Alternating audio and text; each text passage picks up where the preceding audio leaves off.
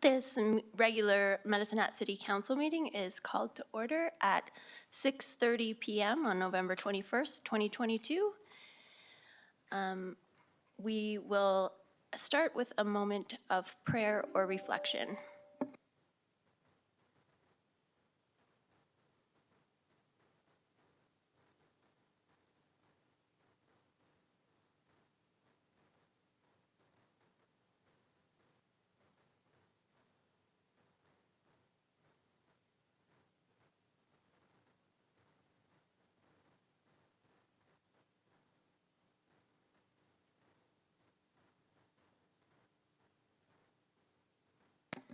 Thank you. I would now like to read our land acknowledgement. The City of Medicine Hat acknowledges that we live and work on treaty territory. The city pays respect to all Indigenous peoples and honors their past, present, and future. We recognize and respect their cultural heritages and relationships to the land. Does anyone have an announcement today? Seeing none, we will move on to adoption of the agenda. We will be deferring item 7.1 until the next meeting on December 5th, 2022. Are there any other additions or changes? Seeing none, we will adopt the agenda as amended. Moving on to adoption of the minutes. At item 6.1, regular City of Medicine Hat Council meeting dated November 7th, 2022. Are there any errors or omissions? Seeing none, we will adopt the minutes. Moving on to item 8, non-statutory public hearings. We have a couple, and we will start with item 8.1, bylaw 4721, a bylaw of the City of Medicine Hat to amend the off-site levy bylaw. And this will be introduced by Randy Buckner, Superintendent Engineering. Welcome. You have the floor.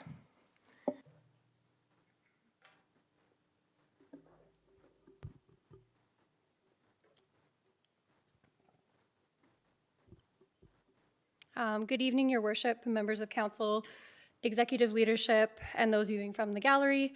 My name is Randy Buckner, and I'm the Superintendent of Engineering with Planning and Development Services. I'm pleased to be here tonight to introduce the proposed offsite levy bylaw amendment, bylaw number 4721. I will begin with an overview of tonight's presentation. I'll walk through a high-level introduction of what is an offsite levy. I'll go over the offsite levy review and proposed changes to the offsite levy framework. I'll speak to the stakeholder engagement completed, as well as provide a high-level snapshot of financials associated with the offsite levy model. I will introduce the new offsite levy rates and speak to our current rates. And then finally, I'll discuss how this aligns with Council's strategic plan and provide an overall recommendation. So what is an offsite levy? At the August 15th, 2022 Council meeting, Greg Weiss from Corvus Business Advisors provided an in-depth look at the city's offsite levy framework and how offsite levies are used. For this evening's presentation, I will keep this shorter. The philosophy behind an offsite levy is to share the costs of large-scale infrastructure between those who benefit. Typically, two groups benefit from an offsite levy framework, one being the municipality and the other the development community. In order to determine equitable rates, a model is utilized based on data-driven methodology, technical information, best practices from across the province, as well as applicable regulations. More specifically, an offsite levy framework is a funding mechanism to build offsite infrastructure. Typically, the city upfronts the cost of this infrastructure, and then these costs are then recouped over time by those who benefit as development of land proceeds. An important item to note is that an offsite levy framework is not a tax, but is based on the principle that growth pays for growth. Offsite levies are regulated through the Municipal Government Act, as well as the offsite levy regulations. The City of Medicine Hat has had a form of an offsite levy bylaw since 1975. The last major review of the offsite levy framework was completed in 2013, with subsequent small updates over the years, the last being in 2019. In 2020, our department commenced a review of offsite levies, collaborating with many departments across the organization, including city assets, finance, legal, and corporate communications. The goal of this review was to maintain a balance between the city, developers, builders, and tax and ratepayers relative to servicing costs in Medicine Hat. This goal also included the alignment of the offsite levy framework with the 2020 MDP, which looks to how the city will grow over the next 30 years. The offsite levy review looks at current city bylaws, council strategic priorities, and changes to legislation. Bill 48, focusing on red tape reduction, introduced changes to the offsite levy regulations. Another focus of this review was to decouple the municipal development subsidy, otherwise known as the municipal assist, with a focus shifting into incentivization being managed separately from the offsite levy framework, and I'll speak to this in a coming slide. Overall, we work towards creating a fair, equitable, and transparent offsite levy framework. In 2020, we commenced a review with a third-party legal firm, Brownlee LLP, to ensure our updated framework would align with leading practices. Following this, we looked to remap out the city into areas that benefit from similar infrastructure needs. This is the map shown above on the screen. This new map is in contrast to the very specific and very small areas we have in our current offsite levy framework today. We took a close look at how the city is intended to grow as per the 2020 MDP and ensured that the offsite levy projects identified aligned with this plan. Costs, allocations, and benefits were updated to reflect this. We looked to create an established area where infrastructure needs are typically met and incremental development would not have large-scale impacts to offsite levy projects. Where large-scale redevelopment should occur, other funding mechanisms outside the offsite levy framework may be explored. We looked to remove the concept of node zero, the average offsite levy rate collected, as this did not align with leading practices. With recent changes to regulations, municipalities may now add in facilities to an offsite levy framework. This includes police stations, fire stations, libraries, and rec facilities. To add these facilities into our model, we would require more specific studies to indicate that these facilities are triggered by growth. Our model is updated to include these in the future when future assessment is completed. Finally, we reviewed the municipal assist. The City of Medicine Hat has a direct subsidy for the developer portion of an offsite levy owed, where 30% is paid by the city in greenfield development areas and 90% in infill development areas. Originally, the municipal assist was introduced to support the city in achieving an increased tax base through new growth. Medicine Hat, however, is the only community in Alberta that has this direct subsidy for offsite levies. As an outcome of this review, and based on the new offsite levy rates proposed, it is recommended that the municipal assist be allowed to expire at the end of the year and that more strategically targeted incentives be explored through Invest Medicine Hat. Stakeholder consultation. So as per the MGA and offsite levy regulations, a municipality must consult in good faith at the earliest opportunity and provide stakeholders the ability to give input on an ongoing basis. The IAP2 spectrum of public participation defines consultation as a means to obtain feedback on analysis, issues, alternatives, and decisions, and is essentially, we will listen to and acknowledge your concerns. However, this does not mean that a consensus is required, and it is likely not possible to get to this with a project of this scale. We completed 2 formal stakeholder engagement sessions to discuss offsite levies and the overall framework changes. We also provided and updated a series of informal and ongoing meetings with the development community. The feedback received is captured in the What We Heard report. The general themes in the report included concerns that draft offsite levy rates in the northwest of the city were high in our first iterations, that there was a general desire to better understand how the model and its inputs work. There's a desire for transparency and offsite levies collected and alignment with the MGA and offsite levy regulations. There was an importance of competitiveness with other municipalities while understanding that it is not a direct comparison. There was a desire for improved understanding of the benefit of an offsite levy framework, as well as alternatives to that, which could be a developer-paid infrastructure through cost-sharing agreements, endeavors to assist, and the risks associated with these. Incentivization remained important to the development community. However, it was understood that the scope of this project and the goal was to decouple the municipal assist. It is acknowledged that the development community is seeking offsite levy rates that are fair and equitable, as well as incentivization moving forward that supports development aspirations. We understand that the development community has further questions, and we remain committed to learning, educating, and building trust and transparency with them through continued communication. We have complied with the requirements in the MGA and have and will continue to go above and beyond with our stakeholder consultation. Within our offsite levy framework, we are proposing $403 million of offsite infrastructure. The current model that we have holds $368 million. This is about a 9.5% proposed increase. 143 million, or approximately 1/3 of these costs, are attributed to the developer's portion owed, and 254 million, or approximately 2/3, is attributed to the city's portion. The city has front-ended approximately 26 million of infrastructure, which means we have paid for and built this infrastructure and are now recouping the costs through levies owed. The table here shows a high-level snapshot of our financials. Within our offsite levy reserves, we carry a positive balance for water and transportation and a negative balance for sanitary and storm. It is common to carry a negative balance in these reserves, as this accounts for projects built but costs have not been fully recouped yet. In accounts where a positive balance is held, these monies are used to pay back borrowing of existing projects as well as new projects to come in the future. So our current rates. Here we have our very specific benefiting areas with small land areas coupled with very specific incentives. The large area in gray is where Node 0 is currently applied. This is our average offset levy rate. The current weighted average offset levy rate is approximately $234,000 per net hectare.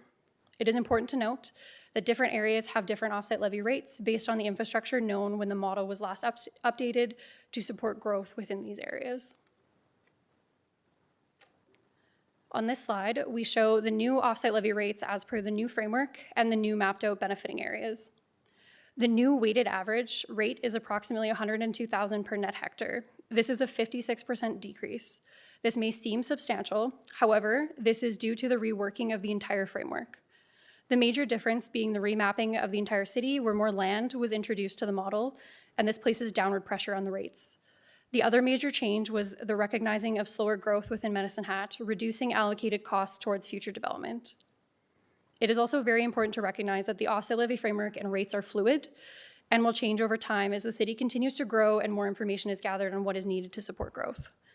Higher rates are currently seen in the northwest of the city and the southeast, where large-scale infrastructure is needed to support growth in the short term. However, rates in other areas may also increase or decrease over time where more is known. Benefiting areas themselves may also evolve over time to support changes where we're seeing growth. A question we often receive is, how do we compare to other municipalities? I want to highlight that it's very difficult to make a direct comparison of one municipality's offset levy rates to another, as this is based on the very specific infrastructure needs to support growth of that community and is completely dependent on their systems and current infrastructure. Our current offset levy rates are at the bottom of this table, and that showcases all the different offset levy rates within Alberta. We are similar currently to Strathcona County and the City of Lethbridge. The new proposed rates move us to the upper portion of this table and put us at a place where we are more similar to the City of Cold Lake and Beaumont. This comparison is purely based on the offset levy rates themselves, and there's no correlation between the growth rates within these communities. So finally, I'd like to tie this back to how the proposed offset levy framework changes align with Council's strategic plan. We believe these changes align with the three pillars of the plan, being economic evolution, partnership in governments, and resilience and stability. The changes ensure that our policies, procedures, and bylaws are transparent, clear, and purposeful. The new offset levy framework integrates economic and community development into a department's ongoing planning. The biggest alignment is beginning and ending with data. The changes of the offset levy model are being brought back to technical methods and inputs. Finally, the changes are intended to support the continued aspirations of building the industrial and commercial tax base while balancing improved infrastructure. So today, the recommendation we are making to Council is to pass amending bylaw number 4721 to amend the offset levy bylaw, as well as allow the municipal development subsidy to expire at the end of 2022.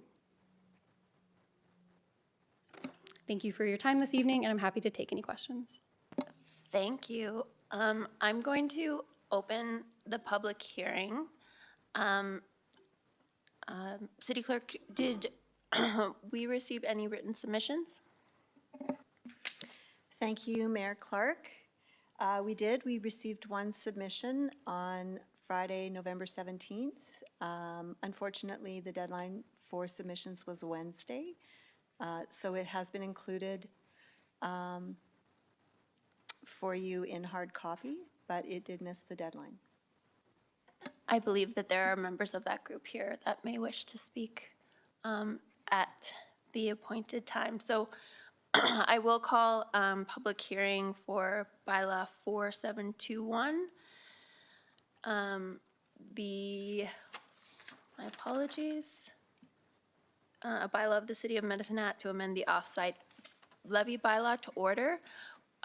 What I'd like to do is start with any questions that you have for Ms. Buckner, and then I will ask if there are other presenters that wish to come down. Okay, I'm not seeing any questions. So if there's any member of the public who wishes to speak for or against this bylaw, please come down to the podium and state your name, as well as whether you will be speaking for or against the bylaw. And if you could also spell your name, that would be great. For a second time, if there is any member of the public who wishes to speak for or against the bylaw, please come down to the podium and state and spell your name, as well as whether you'll be speaking for or against the bylaw. And for a third and final time, if there is any member of the public who wishes to speak for or against this bylaw, please come down to the podium, state and spell your name, as well as whether you will be speaking for or against the bylaw. Welcome, Ms. Kolchak. Thank you, Mayor Clark and members of City Council. Off-site levies are kind of my thing. And I do apologize that we were unable to get our written submission in by the deadline. We did meet with our urban development industry on the 17th of November, hence the reason you got the letter on the 18th. So thank you. We did want to come and present at public hearing so that we could read the information into the record. So as you will have in front of you the hard copy of the letter that we sent on Friday, there is some additional information, which of course Randy Buckner so elegantly outlined in terms of the off-site levy regulations, the MGA requirements, and some of the information contained in the off-site levy manual. Within that letter, you will also have received links to those resources so that you're able to look into those yourselves as well. We also recognize that off-site funds can't be commingled across basins. Separate accounts for the off-site levies are to be maintained for each infrastructure or facility type for which an off-site levy is collected. And if the off-site levy model provides for further division, for example, by basins, or in our case, by nodes, which ours does, the accounting must also reflect for that division. We notice that since the last off-site levy bylaw, we've been involved in this for about 10 years. As former councillors have certainly seen us around this horseshoe in the past. And certainly we know that projects have been added to the new bylaw that were constructed and added before the consultations took place this year. But we also appreciate that there have been various projects removed. So the adjustments have resulted in an overall decrease in several of the nodes, but I will note not all of the nodes have seen that same decrease. With the information presented and through the consultations that we have reviewed, we still do have some outstanding questions and information that have not yet been addressed through stakeholder consultation and correspondence. Some questions do remain about some of the projects, project accounting, and the overall cost benefit of the off-site levy model itself. However, with that in mind, we do recognize that city staff had a requirement to have this bylaw introduced and passed before the end of 2022, and we certainly acknowledge the efforts of city staff and their willingness to consult and engage with stakeholders. They have been outstanding in providing us the opportunity to meet with them as well as to engage by email correspondence as well. There's been much more information shared and greater transparency provided in this consultation process than we've experienced in previous consultations. So I do really want to acknowledge the staff and their efforts and the time and effort spent with stakeholders. We also know that staff were required to expedite the process so the bylaw could be introduced to council. For that reason, it's neither necessarily a for or against in terms of our position, but we would be able to support the bylaw moving forward as long as it's also recommended, and we have 8 different recommendations that were listed in our letter. We certainly want to continue to follow up on some of the questions and information presented by stakeholders as a means to build trust and transparency, including any information, data, statutory plans, functional servicing reports, area structure plans, and other planning documents the municipality relied upon, and any assumptions the municipality made in calculating the levy, including, without limitation, any information, data, or assumptions the municipality used in models to complete the calculations, and a better understanding of the project's receipts and calculations performed to determine the amount of the levies. We would request an amendment to the bylaw in subsection 9A. Currently, it outlines 2 years. In connection with the MGA requirements, we do request that that be amended, that the city shall review the levy project and levy rates annually in consultation with stakeholders. We also want to ensure the bylaw also includes a clause where the levy rates are agreed upon in conditions of subdivision approval from the city for a period of 1 year, with the option to apply for an extension of 12 months to fulfill any conditions in payment of offsite levies agreed upon. And that's just to avoid some of the fluctuations and allow businesses to plan. A lot of times when businesses proceed, they're using that information in their costing when they move forward with particularly land development. So we want to ensure they have the ability to have greater predictability in business planning for their developments. We also want to ensure that any projects that may be considered as potential offsite projects are not constructed before being added to the levy model and before the appropriate consultation with stakeholders has been held to determine if they're truly offsite projects. Projects and rates should only be added and adjusted after consultation with stakeholders. We also want to ensure any consultations begin at the earliest opportunity as outlined in the MGA. We recognize that it was challenging. Offsite levies are extremely complex and require copious amounts of time in the modeling and calculations. So we recognize that this year it probably was at the earliest opportunity, but because of the timelines leading up to the end of 2022, it really didn't allow for that robust conversation that we would have normally had. So to give some context, when we started this process back in 2012, we were told that the consultations would last anywhere from 6 to 8 months. It took 18 months back then when we were doing the model. So this was really condensed into about a 3-month period. So it gives you a bit of context in terms of how long some of those consultations can go in terms of the review of projects. We also want to ensure that any incentives, we recognize the municipal assist is going away, so we want to ensure that any incentives that are created, obviously disjointed, disconnected from the offsite levy bylaw, are still done in consultation with industry groups and developers, and that can be applied equitably and will be targeted to promote growth and land development. We also want to ensure that there is work to maintain continuity in the offsite levy model and consultations. One of the things we talked about was the challenge when there is staff transitions, particularly with the offsite levy model, because there could be different interpretations. We quite enjoy working with this staff team, and so any efforts, and I'll say it in public, to retain Randy Buckner would be phenomenal. And now it's on the public record. So staff retention, continuity of staff representatives engaged in constructing the model and in the consultation process is extremely important. We also want to continue to work to maintain offsite levies as one of the lowest in the province and market the competitive advantage. I think that's one thing we really haven't done, is marketing the competitive advantage that we have. And we want to ensure that's made available and of interest to prospective businesses and developers. Thank you. Ms. Kwalchuk, thank you. Could you please state and spell your last name just for the corporate record? Yeah, so Liskowalchuk. And I am the Executive Director of the Medicine Hat and District Chamber of Commerce, also representing the urban development industry today. Thank you. Are there any questions?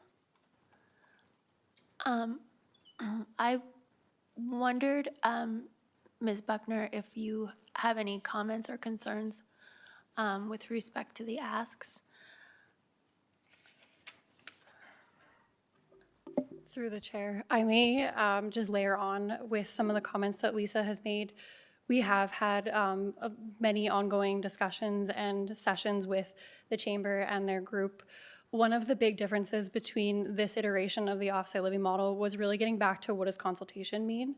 In previous iterations in 2013, there was a desire to move to consensus, and that was really difficult to do when managing all the different inputs and the things that we need to balance within an offsite levy model. The difference this time is we are moving forward with what is that definition in the MGA of what does consultation mean. We do recognize that there are outstanding questions, and there is a really large desire from the development community to learn more about how the offsite levy model works and how the inputs are dealt with. So we are committed to following up with them and having ongoing conversations. And I think that over the next year, we can continue to build upon that collaborative process to continue to update our offsite levy framework. There are some direct asks to, I believe, amend certain components of the bylaw from the chamber. We believe that these items could be better handled through our policies and procedures framework and not within the bylaw itself. And there is the opportunity for us to do that as well. Councilor Dumanowski? Through your worship to Ms. Kowalczyk, actually. I was just going to ask for some clarity. First of all, I think Superintendent Buckner should be pleased that we have cultivated that kind of relationship between the chamber and yourself and the business community, and the confidence that you have gained through that dialogue. It's important to have that. I know as Lisa, I'll refer to, speaks to the historical nature of this. I know exactly what you're talking about, and I've referred to it before. The fact of the matter is, and I've always been heartened by the conversations and the likes of information that are brought forward by the chamber through Ms. Kowalczyk, because they, as much as we have regulatory, much of this is regulatory, there are nuances of it that certainly make it a more desirable or supported plan, not necessarily just strictly on the dollars component, but on the relationship we have with our chamber and our business community. So I think it's important to maintain that. So I'm glad that you dropped in there for a minute, Superintendent Buckner, and said that you want to have, and you're hopeful of and encouraging continued dialogue into the future. I guess, Ms. Kowalczyk, I just wanted to understand a little bit more some of the recommendations you have here. And I mean, you did speak to them, but I guess the way I would kind of put them forward is, do you believe that in the absence of these recommendations, the current bylaw will negate your ability to introduce these kinds of things or have these kinds of conversations or inputs into the future? Because when I think of,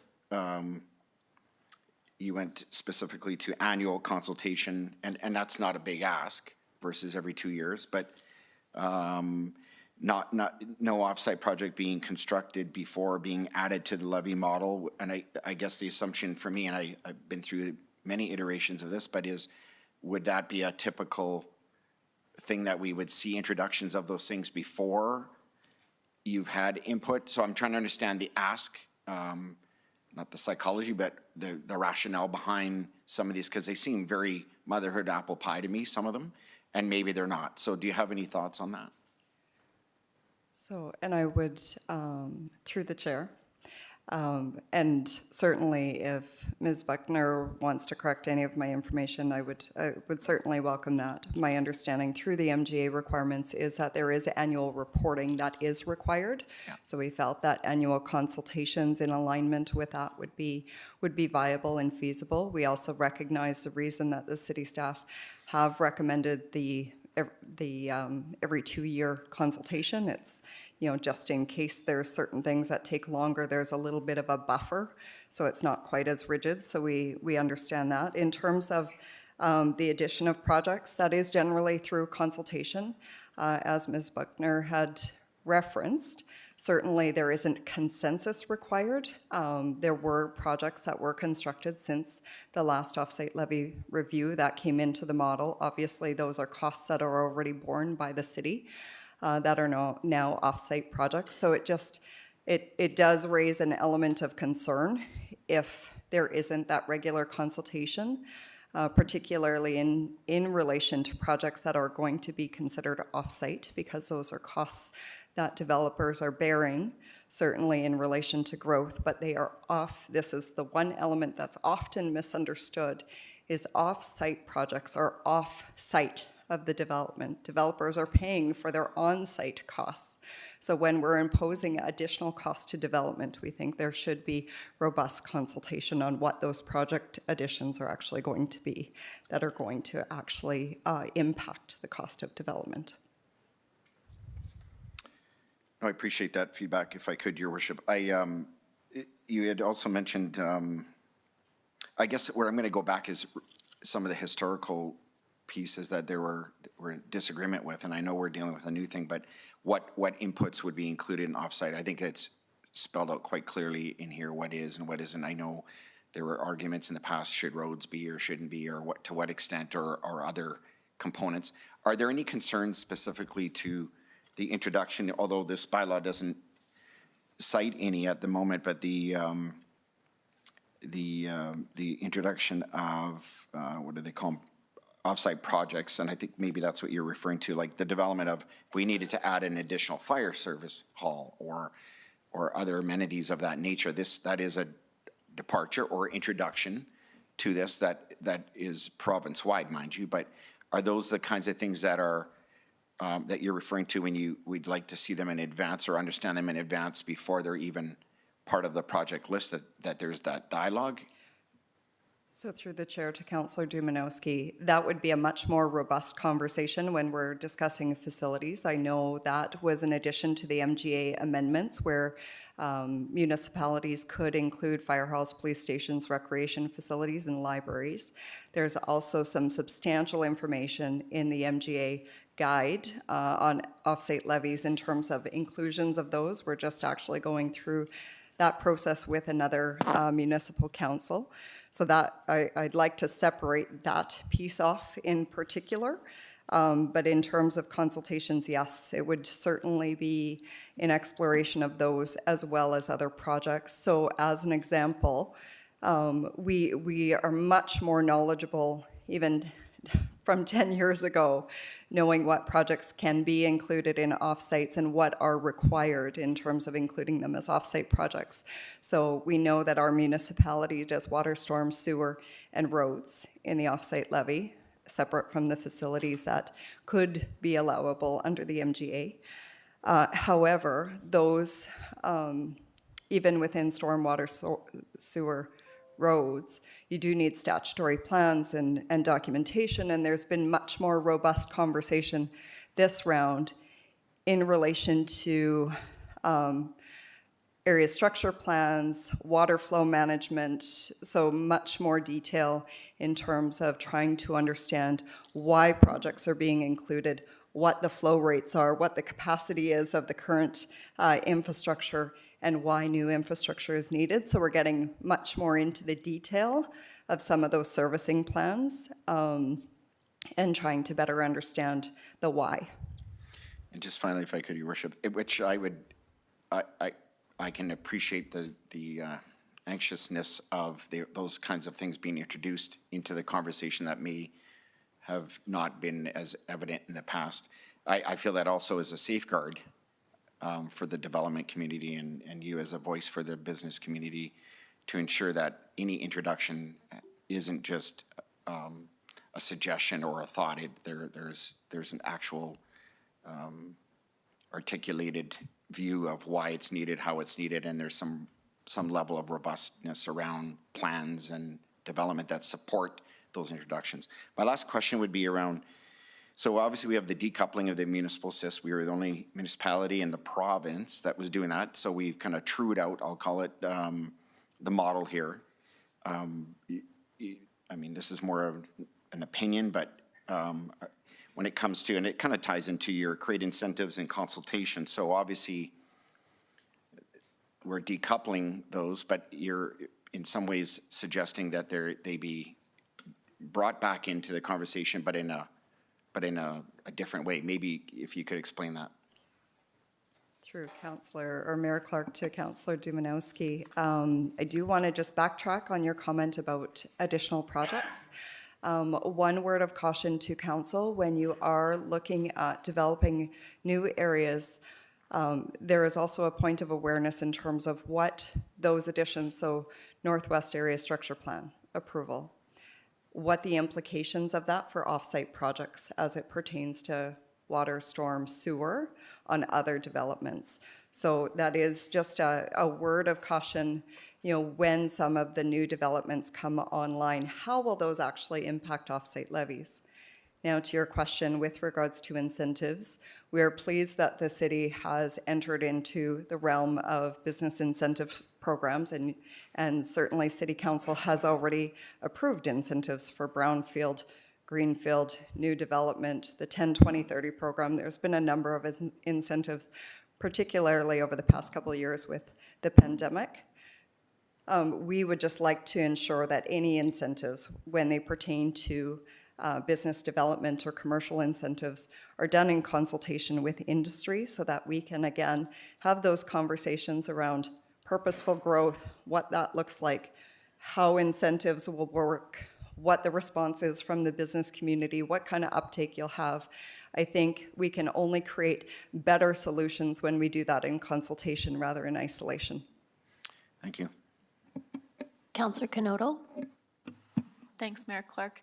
I think that these are probably best directed to Randy, but I think that both of you would likely have good contributions to my question, so maybe we'll start here, and then if there's anything that's more directed towards Lisa, I'll try and put a flag on that.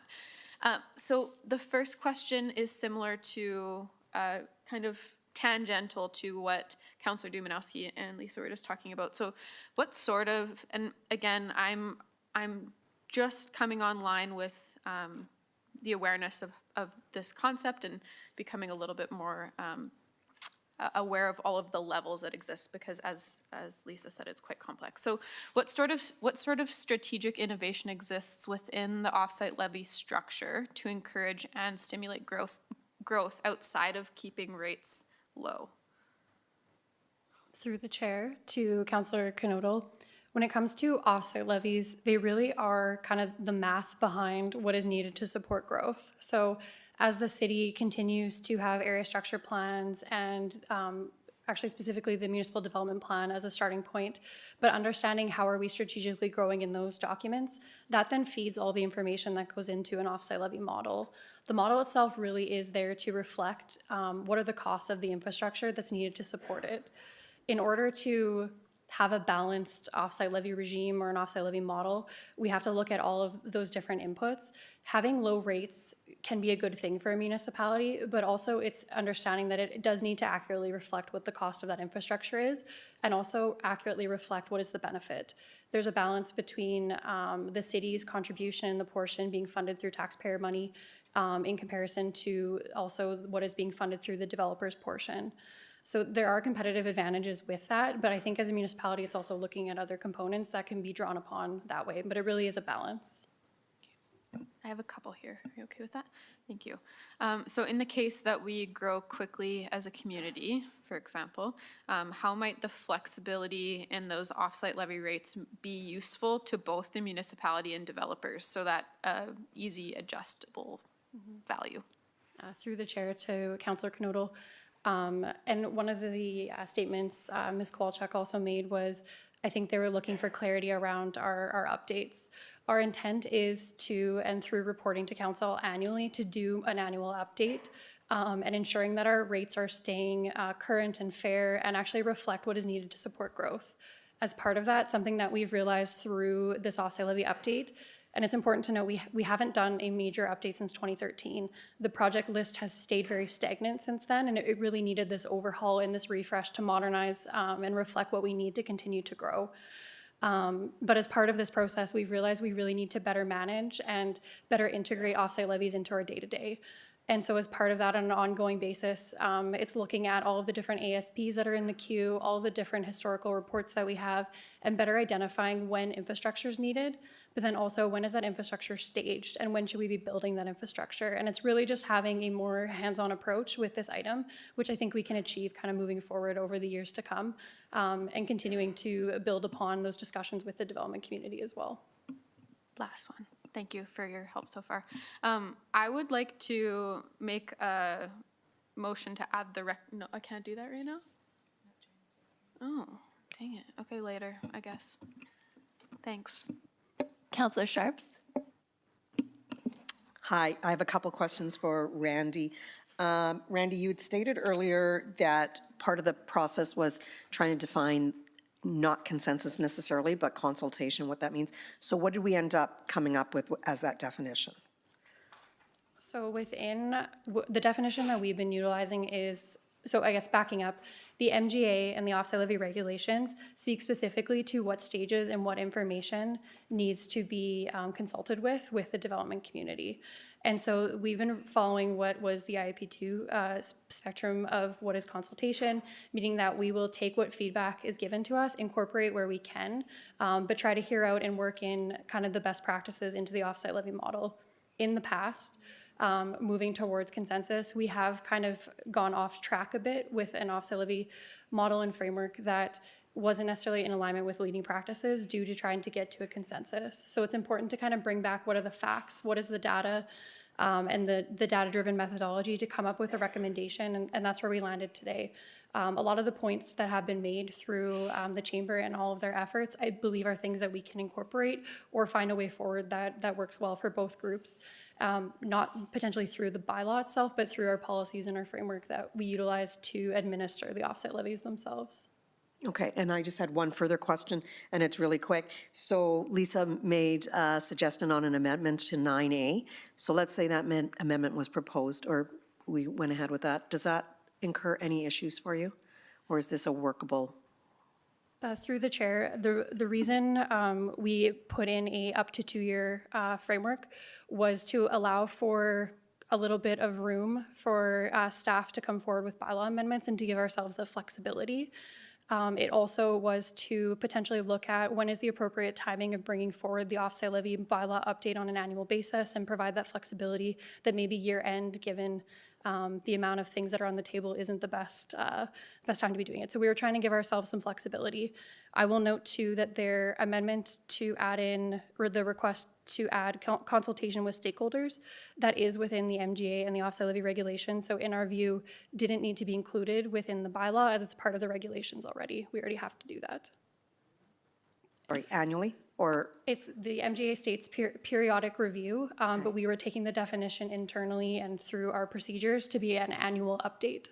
Okay, so, sorry, may I? So to me, annual update doesn't necessarily mean consultation. Can we change that verbiage to consultation? I think from a business community point of view, I'm asking to be heard, not just be given provided an update. So maybe that hearing gets, and I do understand staff are like getting everything done to the best of their ability. But I do believe that just keeping industry in the consults and having these consultations just minimizes our workload at the end if we can just hear them throughout.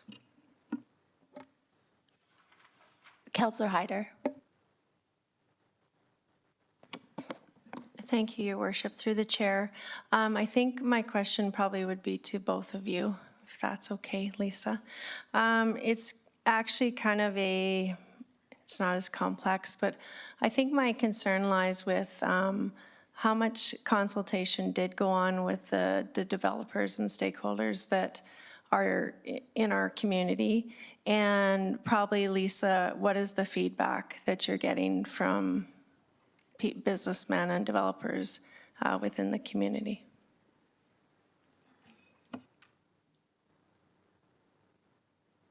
Through the chair to Councillor Hyder. Thank you for that question. There was the consultations as outlined in the presentation provided by Randy, outlined that we started the consultation process in August in terms of the new bylaw and the revisions to the levy model. We've met, I believe, 4 times in person, and then there was email correspondence back and forth in between those. As I mentioned, it was a really condensed period of time, so we do have to give credit to staff for trying to get both consultation and bylaw amendments in before year end. I would concur with Randy in terms of the timeline and trying to do this at year end when budget and business plans are in front of council as well, because off-site levies are very complex. It may be more viable to look at revisions to this particular bylaw, early in the new year.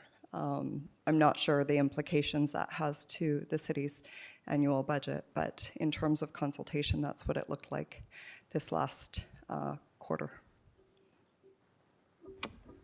And how was it received by developers and business people within the community? So through the chair to Councillor Hyder. So our conversation on Thursday was essentially there's not enough to oppose the bylaw going forward. So let's support it and provide some recommendations. Okay, thank you, Lisa. Councillor Dumanowski? If I could ask a question of Superintendent Buckner. Before I do that, maybe a point around the annual consultation to me, and obviously our staff and department are working with the business community. None of these questions, none of these responses should or will or ought to suggest anything but a desire to work hand in glove with our development and business community, and I certainly believe that. The annual consultation piece to me is about, for me, is about creating opportunity for input. But as has been communicated, the information that, or the inputs that are put into these algorithms that create offsites are based on proposed areas and the costings associated with those on an annual basis or a regular review. So to me, that's where I see the happy medium that Superintendent Buckner is bringing, is that these are they're not just empirical, they're factual or best in the day costings associated with those proposed areas of development in a forward manner. So I feel like the new bylaw has, or the revised bylaw has achieved many things, and in my opinion, also safeguards the business and development community in many ways, because it is based on inputs that are more tangible or more reflective of a consistent model that in the past has kind of been a little bit wishy-washy, quite frankly, and what was based on the Council of the Day's desire to do things last minute that would challenge some of the inputs that were being put into the offsite in the past. So what I like about this is objective and less subjective, but there are elements within it that we can certainly influence, and I believe they are captured in here. But my question was around the proposed areas. So obviously a lot of the framework, I'm looking at page 40 of 191 on our thing because the slide doesn't have a number, but obviously it indicates a 56% decrease in comparison to the current average rate. Obviously we know that to be because of the different inputs. So I'm trying to understand the fluctuation, the change, the departure from what is current to the proposed is based on a change in the proposed areas. And I can't remember how you said a negative, what did you call it? Downward change.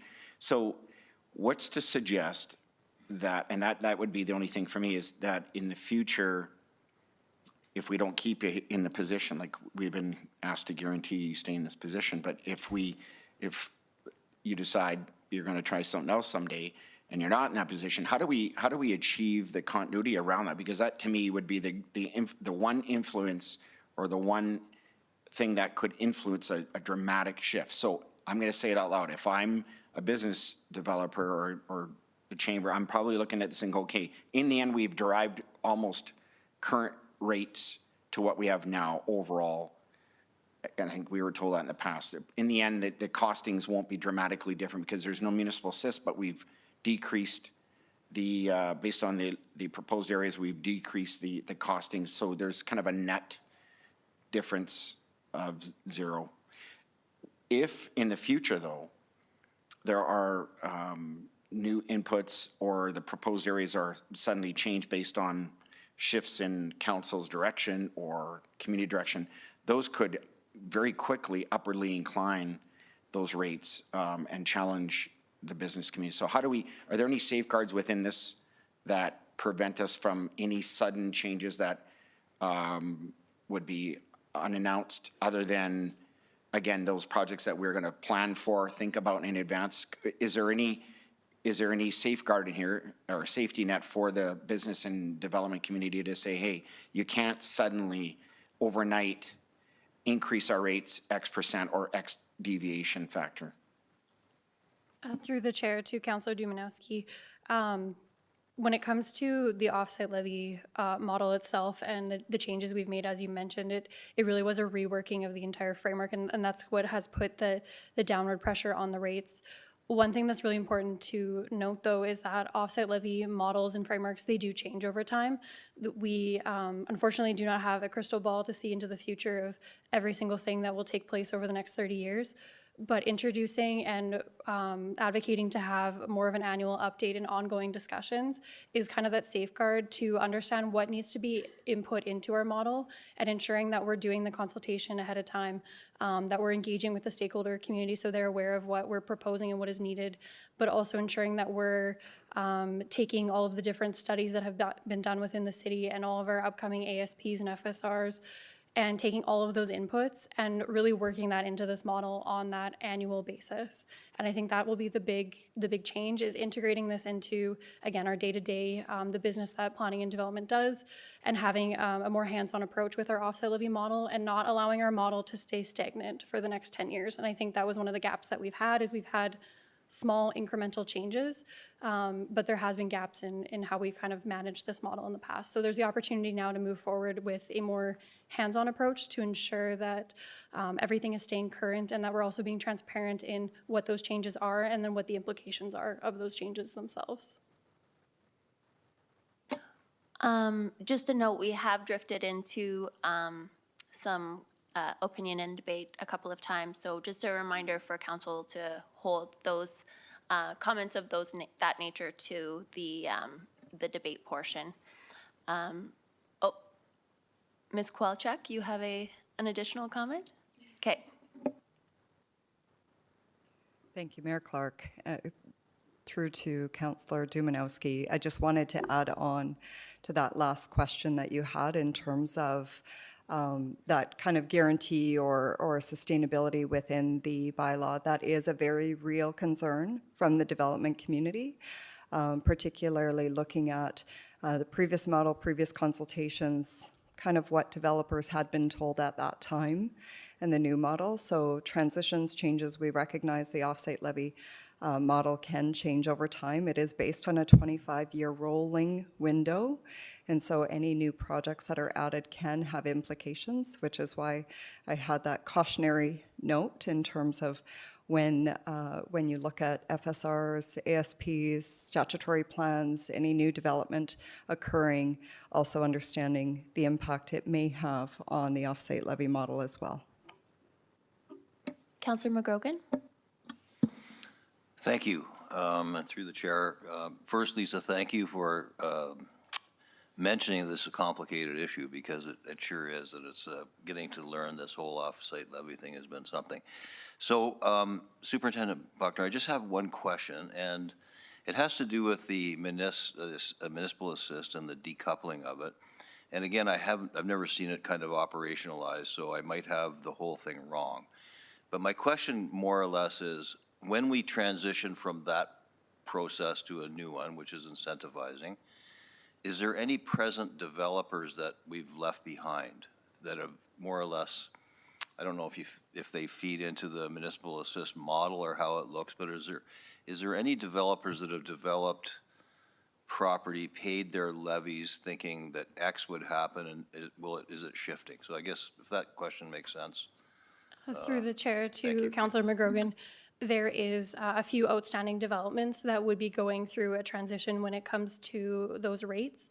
And it is really dependent on what conditions were imposed, whether on that subdivision or development permit, and the wording around that as to how we move forward with that. We are trying to implement a transition period, so notifying the development community of these changes, especially if they do have outstanding subdivision conditions that need to be met, and giving them the opportunity to pay as per the rates that as are today, or they would be transitioning into the new model and the new framework. So there is a bit of a window of opportunity over the coming months, and we'll be managing that through kind of ongoing communication with those specific developers. All right, I have a couple of questions. When you were reviewing, there was a slide that slots us in relative to other communities. You made a comment that, and I don't want to put words in your mouth here, but that it was hard to compare, like that might not be a good way to compare. Can you elaborate on that? Through the chair, when it comes to offsite levy rates and we're comparing ourselves to other municipalities, it is really challenging to compare ourselves to Lethbridge or to Cold Lake or to St. Albert, for example, just because it's based off of the infrastructure that's needed to support growth. Those communities may have different geographical areas, different limitations within their existing system. And so really this table in the graph, it shows purely what the rates are, what the community is. But it doesn't speak to the fact of how are those communities growing, what large-scale infrastructure do they specifically need to support growth in certain areas, which areas their councils have determined would be advantageous to look at for future development. So it's a very difficult comparison to make when trying to say that we are similar to one community versus the other when it comes purely to what our offsite levy is. It really is one component of kind of the bigger piece of the pie when we come to how do we make ourselves like economically advantageous. Thank you. And in relation to levy rates being agreed upon at the time of subdivision and then having a potential 2-year gap, what are the risks of that? Through the chair, so currently, if you're coming forward with a subdivision, a condition that is placed on that subdivision is offsite levies are owing. Through this bylaw amendment, we are proposing that offsite levy rates are as per the date that the plan is endorsed to ensure that offsite levy rates remain current and actually reflect the needs of the infrastructure at that time. With the way that we've been doing it in the past is typically offsite levies are owed and they can be paid prior to subdivision endorsement. But previously, through the way we've been administering them, quotes were provided or numbers were provided in order to give kind of the transparency to the developer on how much they would need to be paid or how much they would be paying.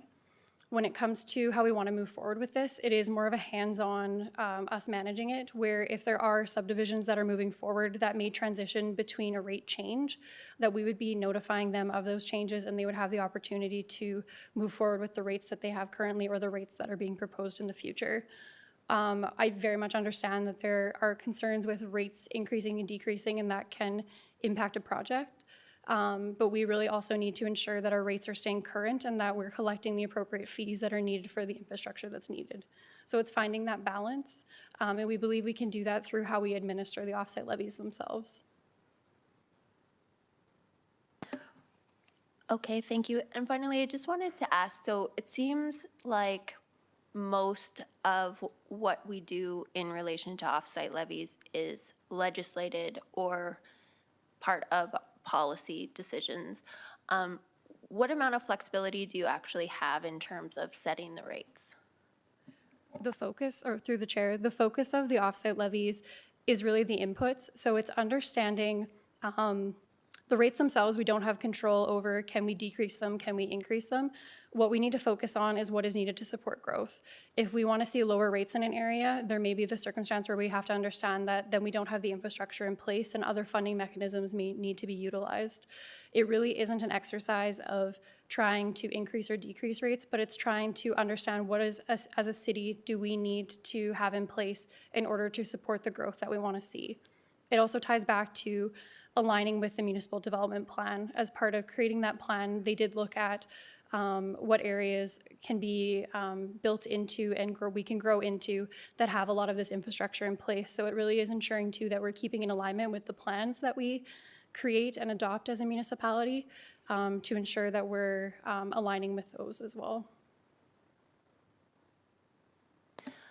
Thank you. I don't see any further questions. So with thanks to Ms. Kowalczyk and Superintendent Buckner, I declare the public hearing closed.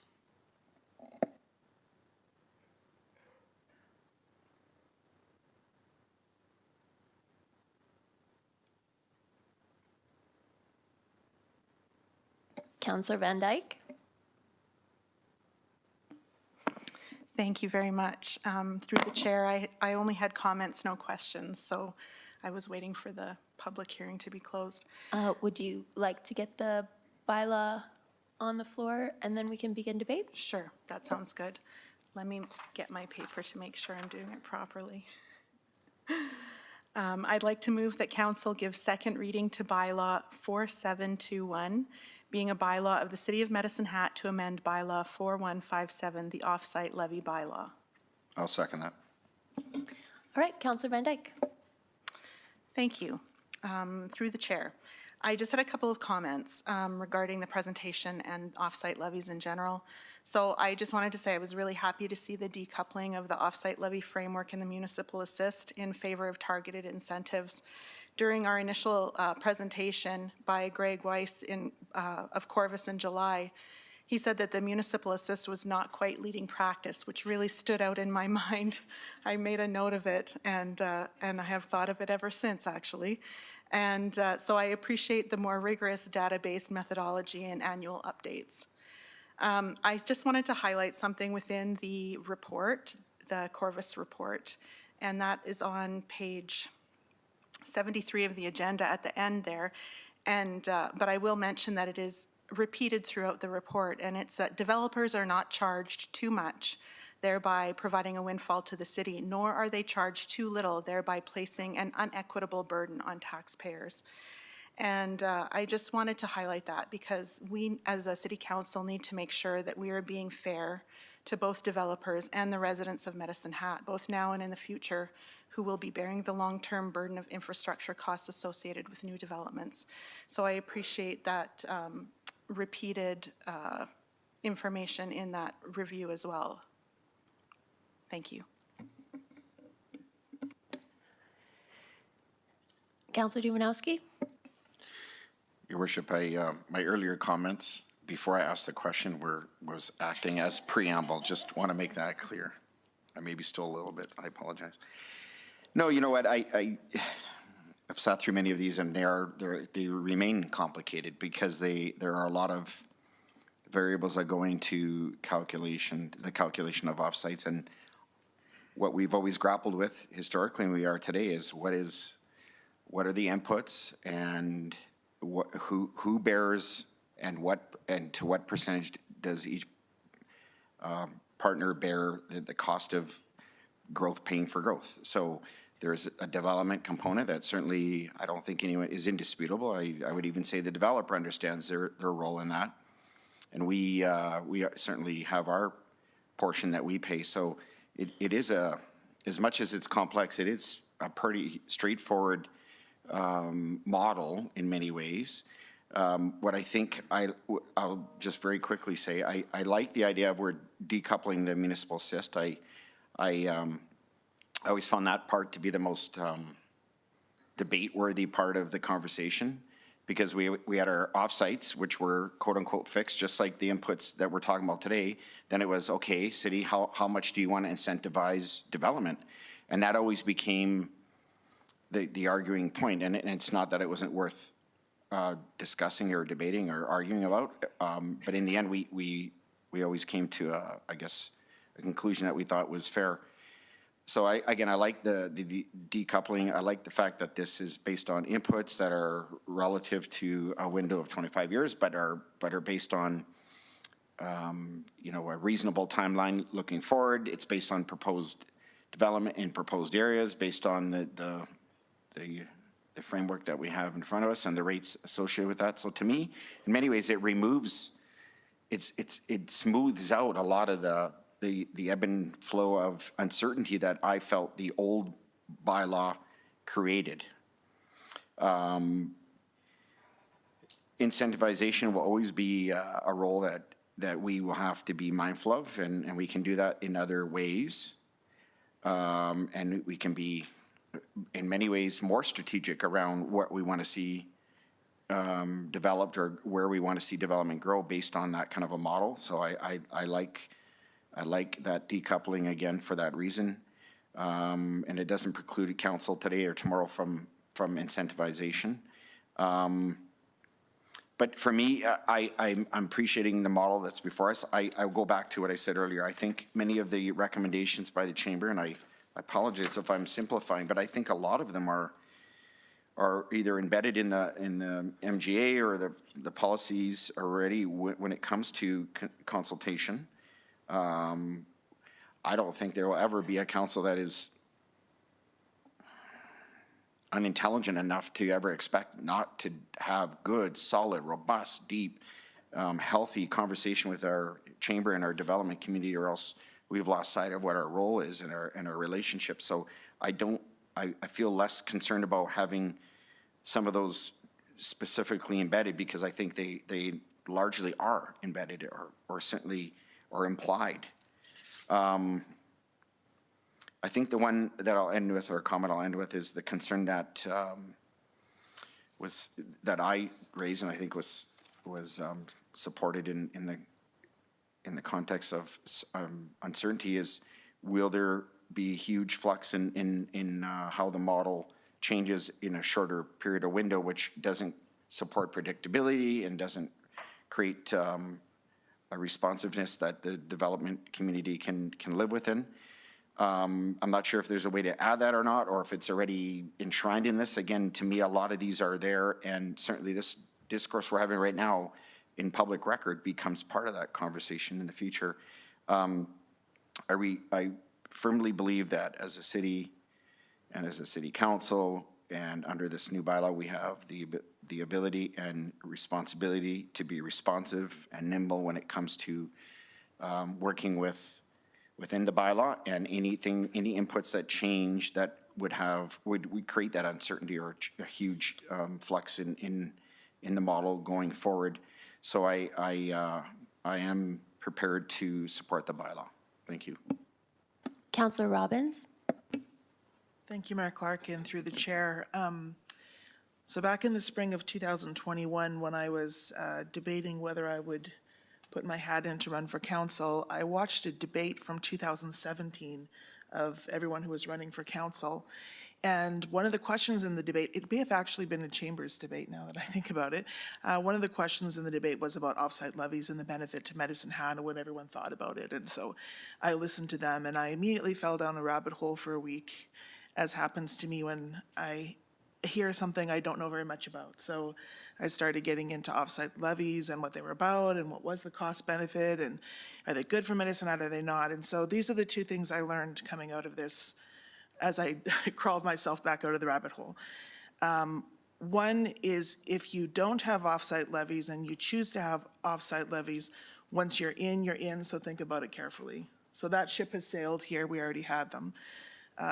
But the reason that there was so much warning about getting into them is that it needed to be so carefully managed, which takes in a tremendous amount of manpower.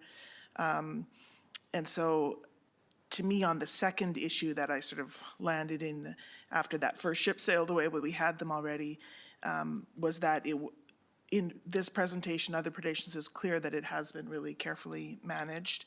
And I think Superintendent Buckner demonstrated that very well today, the level of management in this really complicated issue, as again, Ms. Kowalczyk explained as well. I want to also thank Ms. Kowalczyk because the on-site costs and off-site costs, that is such a common misconception. And so I appreciate her saying that out loud in this forum publicly, that developers pay the on-site costs, and this is about the off-site ones. I think it was really important to highlight that, so I'm very grateful she did. I do support this bylaw. I think there's a lot of benefit to the city based on my rabbit hole research, and then hearing it confirmed with all of the information we received here today. Councillor Canodal? Thanks, Mayor Clark. So I sincerely appreciate the work that's been done both on behalf of the chamber and the board there, as well as the staff. And I also think that the work that has been done by the chamber is open dialogue for the municipality and community stakeholders to have a conversation. I think that the work that's been done by Director Buckner and her team are commendable, and what she's done has made it clear, transparent, and easy to understand, so I appreciate that very much. We are observing that we are now more aligned with best practice, which is great. And as we've heard from other people around the table, I also support the bylaw. Councillor Hyder? Thank you, Your Worship. Through the chair, I too do like the straightforward model of the off-site levy that was presented tonight. My hope is that this new process will be advantageous to our community's developers. It is crucial, I believe, that we provide incentives and advantages to developers that want to bring business to our city. So as long as there's, I would say, frequent consultation between our city and the developers, I will be supporting the bylaw. All right. I too will be supporting the bylaw. I absolutely am in favor of decoupling the incentive from the offsite levy and look forward to see what administration brings forward in terms of more surgical incentives, and those will need to be obviously informed by a number of stakeholders, including our business community. And I did just want to note, in case anyone wasn't aware, just draw your attention to bylaw 4667, which is the tax incentive bylaw that council passed on July 4th, 2022. If you haven't looked at it, please do.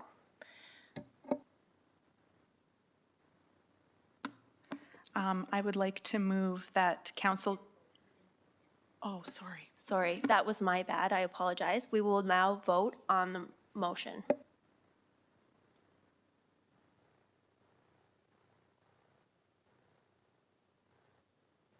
And that's unanimous. Councillor Van Dyke? Sorry, I was very eager. I'd like to move that council give third and final reading to bylaw 4721. Second. Councillor Canodal? Thanks, Mayor Clark. I move that council allow the municipal development subsidy, otherwise known as municipal assist, to expire at the end of 2022. So is that an amendment to this motion? Yes, it should be. Thank you, through the chair. That would be a separate main motion that we would have to vote on after giving third reading. Okay. Well, seeing no speakers on third reading, we will vote on third reading.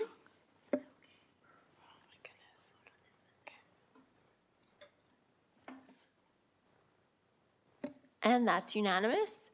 And I think we need a seconder on allowing the municipal assist to expire. I'll second. Thank you. And Councillor Dumanowski. Through your worship, so I understand the motion. I'm trying to understand the need for it. If we have the introduction of a new bylaw, at some point it takes precedence, it becomes the precedence. So is there an expiration date requirement, or is that level of specificity necessary or not? Acting City Manager Pancoast? Thank you, through the chair, to Councillor Dumanowski. The bylaw, the municipal assist is naturally set to expire at the end of this year. It was just wanting to confirm that that was the intent of council so that we didn't need to intervene to change that. Very well. So would you like to withdraw your motion? I will withdraw my motion. Can I move to receive the letter from the Chamber of Commerce as a revision or a secondary proposal and enter it into the corporate record? Is there a seconder? So the motion is, we received a letter from the Chamber of Commerce. It was received after the deadline, so Councillor Knodel is moving that we actually do add it to the corporate record. Second. Let's vote.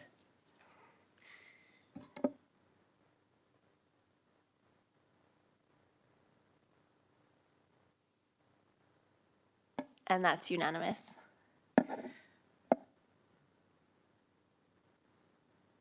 Moving on to our second public hearing. It's for the rate bylaw amendments. It's at 8.2. And before we call the hearing to order, we will have an introduction from Travis Tuchscher, Manager, Energy Marketing and Business Analysis. Welcome, Manager Tuchscher. Please, City Manager Pancoast. Thank you, through the chair, to council. Just to clarify for context, the broader rate presentation was already delivered to council. So the specific presentation that is being shared today is proposed adjustments to the rate products themselves, specifically for natural gas and electricity, which Manager Tuchscher will be speaking to. You have the floor. Good evening. Tonight I'm here to present the proposed utility retail rate options. This presentation is in regards to bylaw amendments 4722 and 4723. I'll just start by a quick overview of what my presentation will cover tonight. I'll start with a quick reason for the review, cover an overview of the Alberta retail market. I'll look at our current and proposed rates for natural gas, electricity in both the residential and large commercial rate classes. I'll touch on our green options and provide a recommendation. So first, the reason for the retail offering review, there's two main reasons. First, to ensure our customers have similar choice as other Albertans, and second, to allow the city to manage the risk associated with retail offerings. It is important to note, this assumes the business is managed as a profit maximization business and that rates are market-based rates. So an overview of the retail market in Alberta. The first question or the first option is whether you sign a competitive rate contract or you default to the regulated rate. If you don't sign a competitive rate, you become a regulated rate or a default rate customer. This price changes monthly and is available to all customers in Alberta. This price is based on the filing by the regulated rate providers to cover their costs of providing this commodity to the customer. On the competitive rate or contract rate offering, the first option is a fixed or a variable rate. There's also a term that you have to choose. Most retail rate providers in Alberta offer 1 to 5 years. There's also a green rate option to provide a cost to make it a green or renewable power or natural gas. In regards to the City of Medicine Hat, I'll start by reviewing our current natural gas rate offerings. The first offering is our default rate. As mentioned, is a market-based rate and it's calculated monthly. So the customer will pay a new rate each month, and this is based on the average of the regulated rate providers in Alberta. The second option currently available is the contract fixed rate. It is also market-based base rate, but it's set annually. And currently, there's a 6-month term. The customers also auto-renew at the new yearly price once their contract has expired. So to provide a quick example, if a customer signs on in August, they'll be on that fixed price that they signed at for 6 months, meaning August to January. And once that contract term is expired, they will go to the new rate that has been set for that year. So on to our proposed natural gas offerings. We continue to propose to offer a regulated rate or a default rate. However, we are choosing or recommending to change the way we calculated this monthly rate. We're now proposing to calculate it based on a 120-day buy-in window of what it costs to purchase that natural gas in the market. This more closely aligns with City of Medicine Hat's actual costs. The second option is a contract rate. However, a few changes to this contract rate. We'd look to reset the 12-month fixed rate offering every quarter. The term would be 12 months, and when this contract expires, you would default to the regulated rate option. So for example, a customer signs a contract in February or Q1, they will pay that price that was applicable in February for 12 months. That price then could be different for customer B if customer B signs a contract in April, which would be Q2, and there would be a new rate applicable for Q2 for that 12-month period. The third offering we're looking at providing is a contract rate, but a variable contract rate. So this is set based on the average of the daily market prices for the consumption month plus $1 per GJ. So to reinforce, the customer would be signed into a 12-month contract based on this price methodology, but the price under this methodology would change every month. So to summarize the changes, we're recommending 3 options for customers instead of 2. A change to the the regulated rate or the default rate calculation methodology to a 120-day buy-in window price.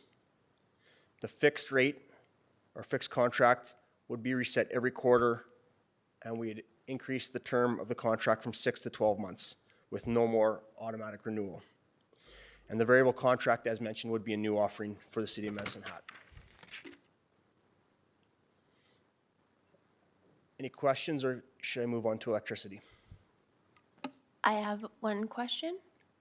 Can you provide a little bit more information about, maybe back up even one more slide? So the variable rate versus the regulated rate. So to clarify, the regulated rate is a price that's set for us pre-buying our gas. So for example, if the regulated rate was for January, we would be pre-buying our gas in October, November, and December, and the average cost of that pre-buying period would set that regulated or default rate. In the third option, the variable contract rate option, it would be the average price that's settled every day in January plus $1 GJ. So that would almost be a post price, what actually occurred, that average of that price plus $1 GJ. So the difference for us is certainty? Like with the regulated rate, we already know what we paid versus? That's correct. Okay. I would also like to ask what the implications are for people currently signed up for the fixed rate. So it sounds like they'll be booted off or they'll have to re-sign up?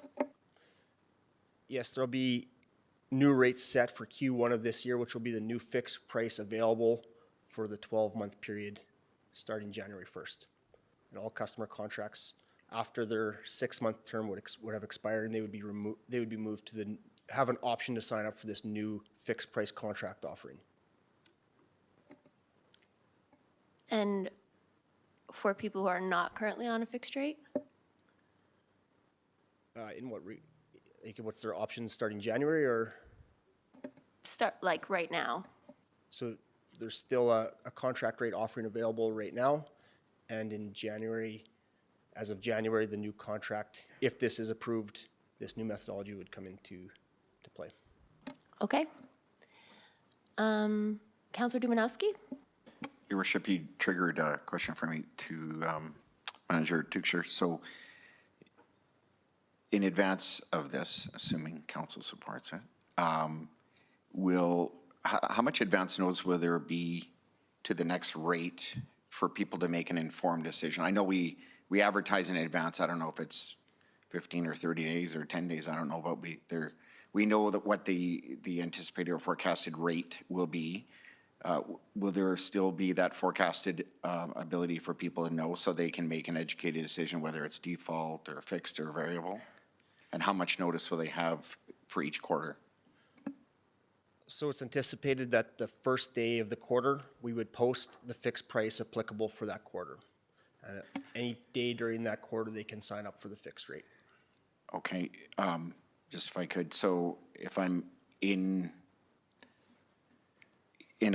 one of the rate setting contracts, but I hear the forecast or the rate is going to be set January 1st is there going to be advance notice what that rate is, or is it always going to be based on that morning's, like, how much notice will there be for the people, whatever contract they're on, to know what the next rate will be?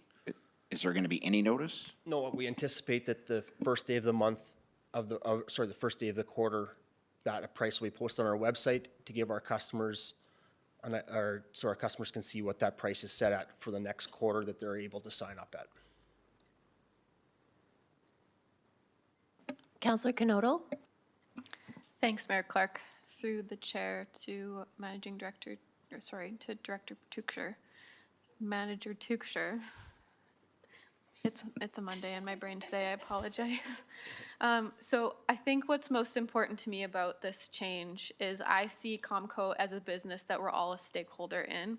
And the more we treat it like a business and be responsible in the way that we sell and produce and set rates, the more opportunity I believe that we can take the revenue, the potential revenue from that business and do good things for our people with. So in the past, we've seen dividends come back to people. And this particular situation, changing from like set rates for a longer time, and you can correct me if I'm wrong, I see there's less financial risk that sits on us when we allow a shorter span of time to like flow with these rates. Am I correct in that? There's less of a gap between how we sell and what we, like the prediction and the actual. There should be in theory. Is that correct? Correct, especially on the fixed rate specifically, by allowing us to change our price every quarter instead of having to hold a price for 12 months. Right. When the market could change significantly, this allows us to adjust our price to stay in line with what the market is doing. Okay, fantastic. And with So- that, Sorry. That's okay. Yeah, just a reminder, just because we were asked if there was questions, we can ask questions, but we will be opening the public hearing. No, we can ask questions, but just be mindful of the opinion or debate as opposed to the questions. I know it's tricky.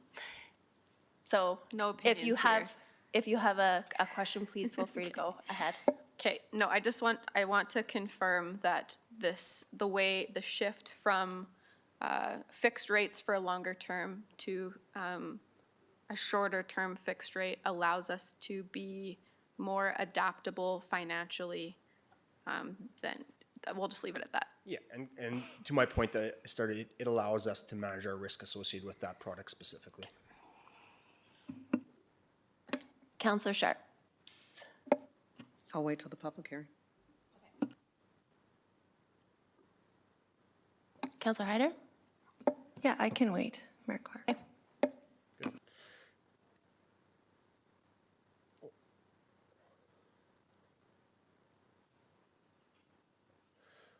Next, I'll move on to electricity, and this is specifically for the residential, farm, small and medium commercial, and unmetered services.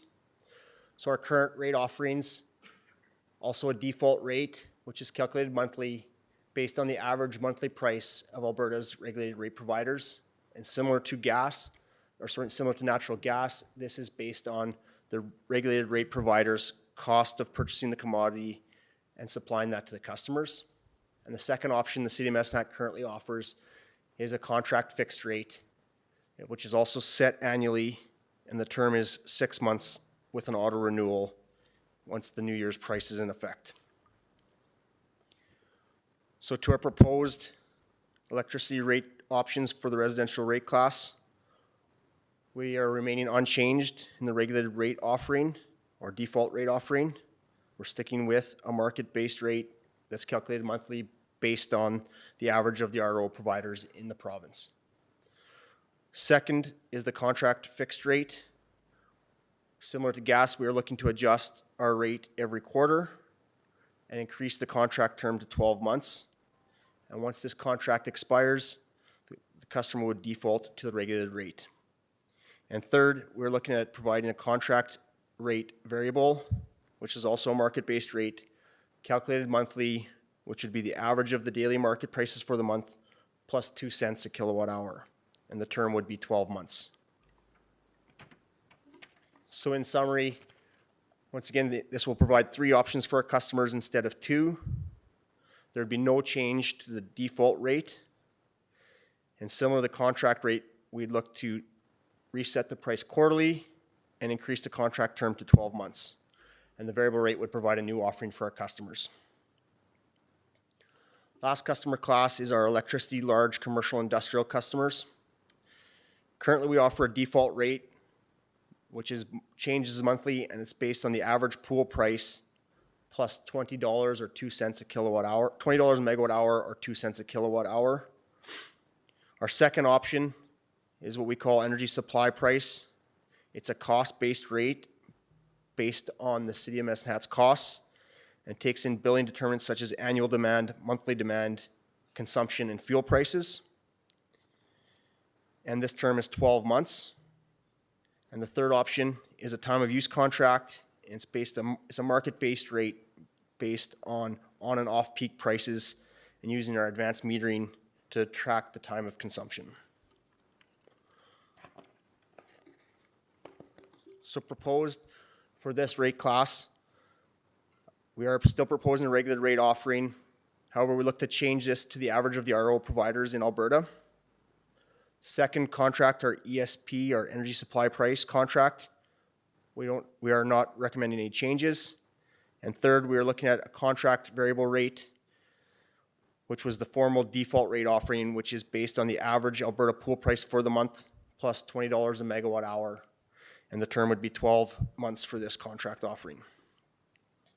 Once again, to summarize, change of the default rate to the average of the providers in Alberta, no change to our ESPV contract, and change the time of use to variable contract using the average settled price for the month. Next, on green options, the city is looking into offering green options, but it has not been added under this review. We hope to provide this in the near future.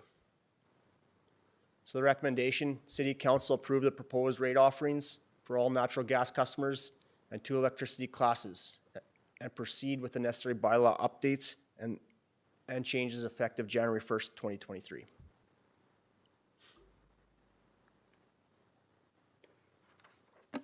All right. There's a lot of bylaws to list here. So I'm now going to call the public hearing for the rate bylaw amendments, including amending bylaws 4715, 4716, 4717, 4722, 4723, 4726, and 4727 to order. And if there is any member of the public who wishes to speak for or against any of these bylaws, please come down and state your name, spell your name, and state whether you're speaking in favor or in opposition to the bylaws. For a second time, if there's any member of the public who wishes to speak for or against this bylaw, these bylaws, please come down to the podium, state and spell your name, and whether or not you will be speaking for or against the bylaws, or one of them. For a third and final time, is there any member of the public who wishes to speak for or against these bylaws? Please come down to the podium, state and spell your name, and whether you will be speaking for or against the bylaw. City Clerk, did we have any submissions on this public hearing?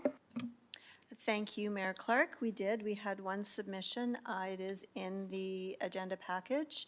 We received it by email prior to the deadline for submissions. Mr. Payne, if you wouldn't mind spelling your name and whether you'll be speaking for or against the bylaw. Scottpayne. I'm speaking both in favor of and against the bylaws. Just in general, Your Worship, we've grown this city by 11 people in the last 5 years. We are going to raise essentially the costs to our citizens with these bylaws, which I'm not entirely against. We need to be profitable and make sure that our business model is effective. However, we're going to raise taxes and raise spending concurrently with the proposed budget, correct? Is kind of the plan. But we're not, everything's going up, but we're not reducing spending. We grew by 11 people. This budget is going to hire about 3 times as many people as we grew in the last 5 years. And that should not be lost on council. I know times are tough. A previous handsome chief had left one of the executive positions open after Deputy Chief Weigel passed. And unfortunately, you know, it's still open. But to hire that person on for this job, when right now inflation on fuel is about 50, 60% over last year, right? More carbon taxes are coming. City's going to raise taxes. We're going to raise utilities for everybody. I think there hasn't been any discussion about stopping the spending. Councillor McGrogan spoke earlier in the summer about we started with financially fit, accelerated financially fit, ... When are we going to stop the growth of government? Everybody in the city, all the citizens are going to pay more, whether they own land or property or not. It's all going to be passed on. We need to stop the growth, stop the expenditures. I asked you in an email, why are we putting in electric charging stations for vehicles?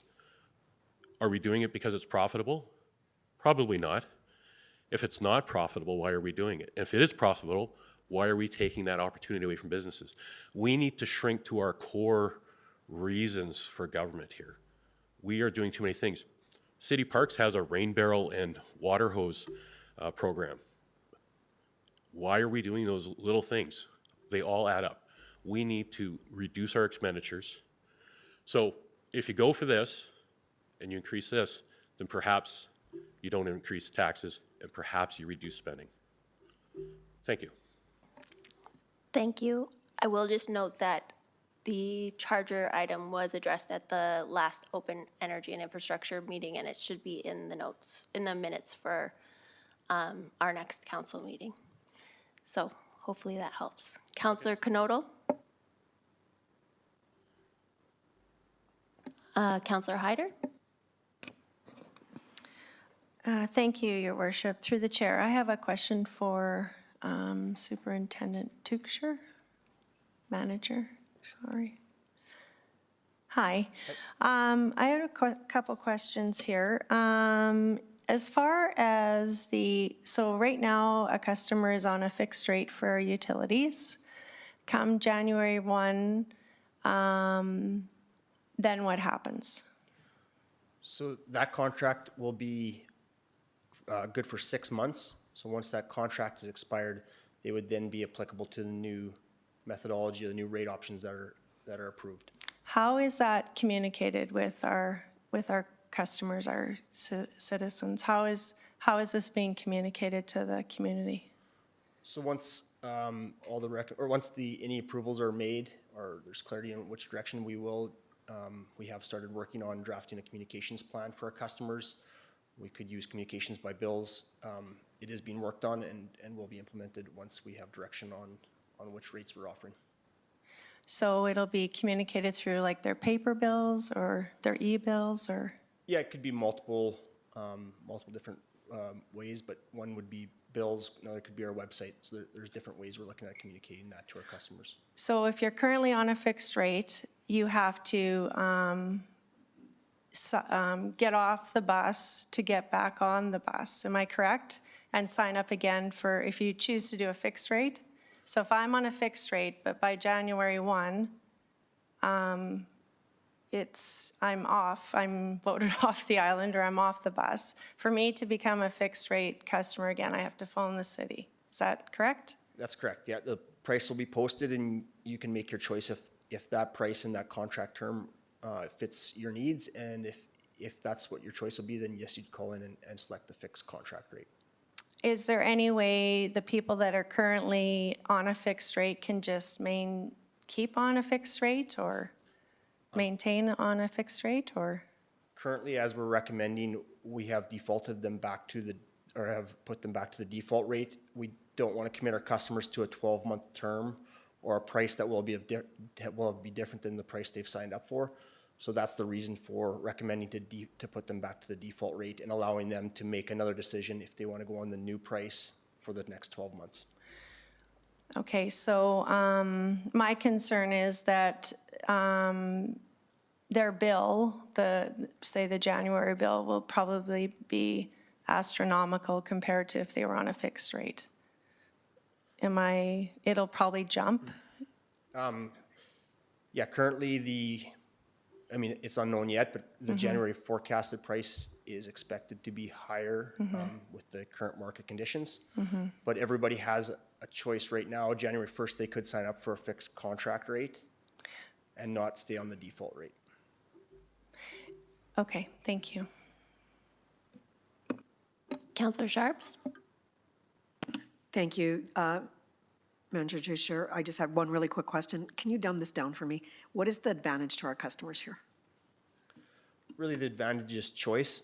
So giving our customers choice to either pick a fixed price that gives them certainty on the cost of the commodity for their utilities, or some customers prefer to not have a fixed price and are willing to take a view that maybe the market price will drop or are more comfortable riding the market or the commodity prices that are applicable. So this is about giving customers choice to choose a rate that works for them. Oops, sorry, just to follow up, Mayor Clerk. I think the choice is good. I'm getting, it's kind of confusing. I'm going to be very honest when I've made no bones about it. I was on NMAX when I have a home in a different location, and I found it very easy to get around. And the last couple of weeks since we had this initial conversation, I've been going to all the different providers, and I find it incredibly easy to pick a rate and decide what I want to do. I look at this, and I'm not as easily, I don't feel like it's easy. I don't feel like we've made it easy for our ratepayers to say, hey, that looks like a great idea. So if we could look at that, and I guess what I'd like to see is what's the impact? Can we take some actual numbers and show our citizens what this impact's going to look like on their rates? So it is difficult to show what an impact would be. I mean, as we go through the year, market prices could change significantly up or down, could cause the fixed rate to be more expensive or less expensive than the variable rate. So it's really hard to tell that way. It all depends on commodity markets. But definitely would take your thoughts on looking at how we can offer it or make it more easy for our customers to choose rate options and understand the rate options. Okay, I will definitely do some thinking, because as I go through this and I'm looking at it, it should be really easy for a citizen to decide. And it should be really easy for a citizen to say, oh, this is a benefit to me. The city, much to Mr. Payne's point, is we're going through so many changes. So they want to see what we're doing as an organization, as a council, as a organization to make their lives easier and better. So I'm really hoping that that's what we can do with this. Councillor Hyder? Thank you, through the chair. Do you have could you give me kind of an example of how much the reality it would be for a customer, like the change in this? If say you pay currently $300 a month for utilities, which is in this day and age pretty low, but. So Typically, our customer on electric customer, residential customer, use about 8 megawatts or 8,000 kilowatt hours. So any change in price times 8,000 kilowatt hours, that's typically what you're looking at for a customer. The market rates from 2022 to 2023 have probably changed by, I'd say, anywhere between $40 to $50. So $40 to $50 a megawatt, or 4 to 5 cents a kilowatt hour. So that would be your impact. I think that works out to about $400 a year for a residential customer. And I just want to voice this from maybe I just want to get this out there, that it's on the record.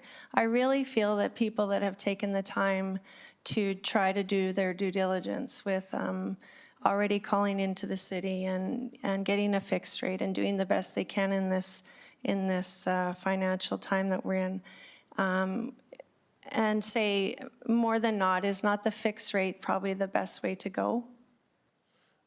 Currently, even without the recommendations made for bylaw 4722 and 4723, if these are not approved, we are still looking to update our fixed rates under the old methodology, which would increase those rates. So in both cases, I think you'll see a change to the current market conditions. So with the old methodology, the fixed price offering that was in place for the whole year, as commodity markets rose throughout the year, the fixed price was a clear choice.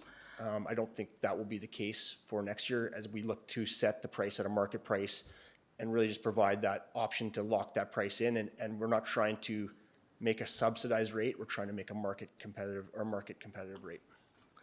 It would just be nice for all the citizens if we could just, do the best we can for the community. And if you already have taken the time to be a fixed rate, and if we could look at that in somewhere along the line rather than for the new year, if they choose to if we could take the time to, if they're in a fixed rate, we could offer that to them, if that's the best, rather than all this. I feel that we're not going to get this communicated enough with the citizens of the community in time if this bylaw goes through. That's. Councillor Knodel? Thanks, Mayor Clark. So I think this is a separate conversation, but if we go the direction of what you've recommended today, which I personally feel, I can't. Just during a public hearing, you can't say your opinion about the bylaw. I'm really sorry. No opinions. If we go the direction of what you've recommended, and there are people in the community who are struggling financially. I know we have in the past we've offered some subsidies. Do you see the potential in front of us?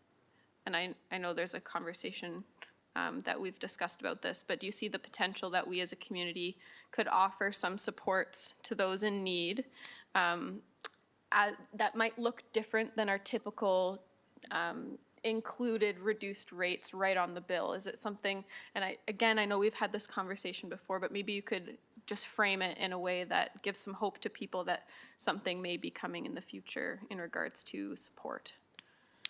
The only comment I'll make is that so the city council does have the option with the revenues or the revenues from the Comco business unit.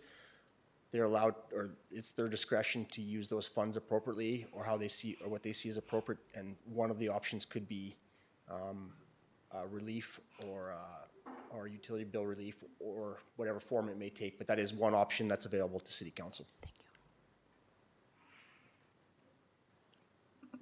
you. I have a couple of questions, and I see we have another speaker. So Manager Tuchscherer, can you, because this was on the first slide, but I'm not sure that you highlighted it. So council has asked administration to do an overall rate review that kind of contemplates what's the purpose of owning a utility and how we want to direct our rates. So can you provide a an update on that?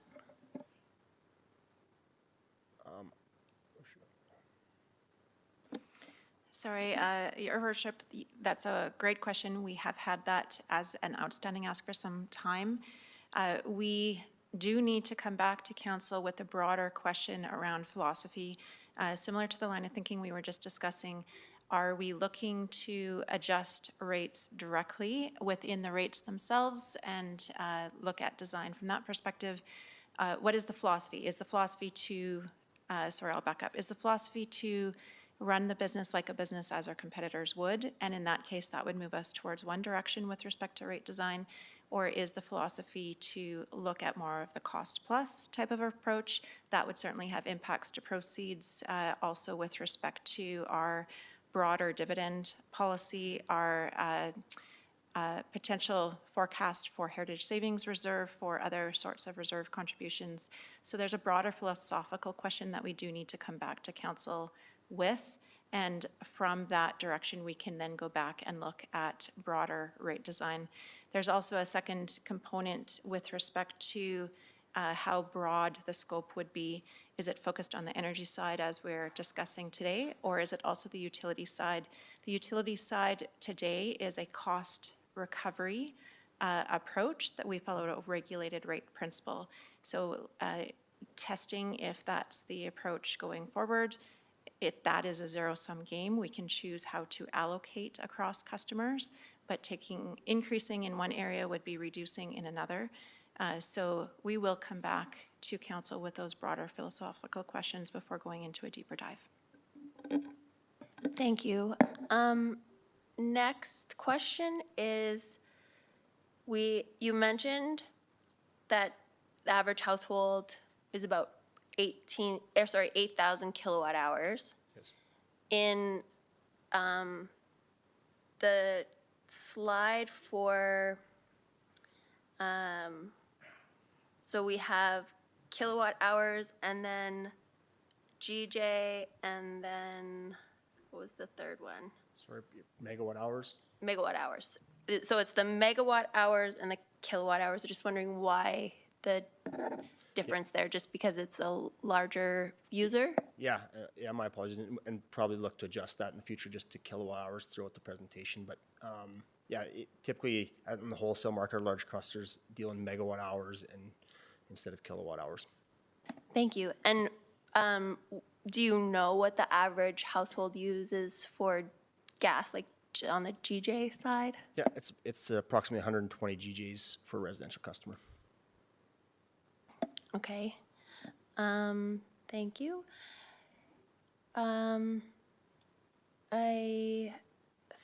Have we done consultation with our industrial customers on this item? Typically, we would send out a contract rate sheet, which states all of our contract options. We have held off that just due to waiting to see what is approved. We have communicated that the SPV rate option is one that we don't anticipate changing and have given our customers the rates for that option. All right. I will give Mr. Orange, is it Orange? Just Orange? No N. I'll spell it. Okay, thank you. Hello again, members of council, Mayor Clerk. My name is Caleb Orge, Kaleb Orge. And I suddenly find myself speaking out against this proposal. I don't know how to work the slides. If someone could please set it to the one that shows electrical rates and the 3 proposed new options. Yes. So I'll just tell you my whole story because it's easier to come out that way. I'm a renter. I first learned about fixed rates from attending city council meetings, and that's when I paid attention to the advertisements on the back of my utility bill every month. And I saw that the fixed rate was substantially lower, 8 cents a month per kilowatt hour, than what I would pay in winter and summer. So I signed up immediately. And if you look at the contract rate variable, it's adding an additional 2 cents per kilowatt hour. That represents a 25% increase in what I'm paying. It feels like a trap for the unwary to me. Like, I want utility rates to go up, actually. I believe people should focus on conserving energy and using less of the resources we have. Part of that is because I believe that energy is at the heart of all economic activity, whether it's gas in the tank, in a truck carrying food, whether it's the food in the belly of someone working in a factory, whether it's electricity coming out of the wall in, the drill he's using to punch a hole in a piece of steel. Energy is at the heart of everything. And I believe, for a bunch of reasons the council probably doesn't want to hear right now, that number is probably going to be going up in the future for the foreseeable future. Inflation is going to be going up in the future for the foreseeable future. The amount I'm going to pay for my utilities is going up, but that feels sneaky. It feels like I'll trick myself into paying more. The question I have for Manager Tuchscher is simply, which quarter is the cheapest quarter to sign up for 12 months? Lock me in for 1 year, 5 years, 10 years, I don't care, right? Up the rate every year, I'll pay it, right? But give me one number I can pay. Don't give me a formula I'm gonna have to parse through, and then a year where my bill changes on me, and then I have to try and figure out which is the one that I will wind up paying the city the least. If the city needs to charge me more to pay for maintaining the electricity, I'll do it. If the city wants to make money from its electricity, I'll pay it. But give me a number, one number to work from. I want the city to hire more people back. We lost a ton of people to Financially Fit who did good work for this city. I differ from the other gentleman up here in that I don't believe the city needs to cut to the bone and turn everything over to private industry to work. I believe there are some things government does better than other things. If utilities are going to be a money-making thing for this city, just own up to it. Thank you. Thank you. Manager Tuchscher, there was a question directed at you there. Yeah, I think if go back to that slide.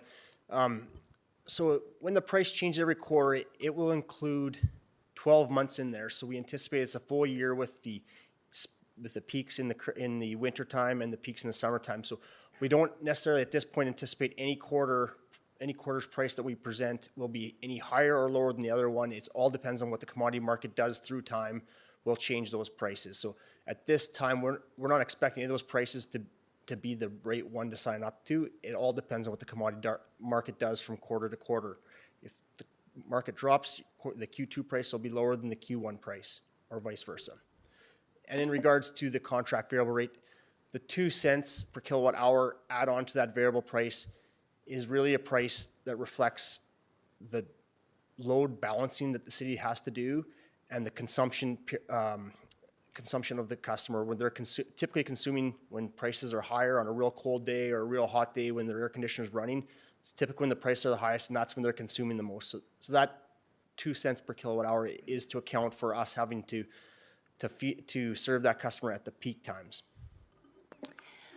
If I may rephrase, I think maybe at the heart of the question was that what can we do as a city to clarify and simplify, communicate what each of these options really means for an individual consumer? Yeah, and similar to Councillor Sharp's points, we will look to make the website as user-friendly as possible and maybe put an explanation and say benefits of each different rate option so our customers can understand maybe which rate option fits best for them depending on the goal they're trying to achieve. Councillor Knodel? Thanks, Mayor Clark. I'm curious, based on the passion behind Mr. Orage, if we can frame it as something that places the resident in the shoes of the business owner rather than the benefits to the resident. Because if we look at it through that lens, it's not better. It really isn't, right? It's better for Comco. It really is much better for Comco, and it allows us to have less of a guess about what we're gonna make so that we as council and you as staff can make better decisions and have more guarantee about what we're gonna make for people, right?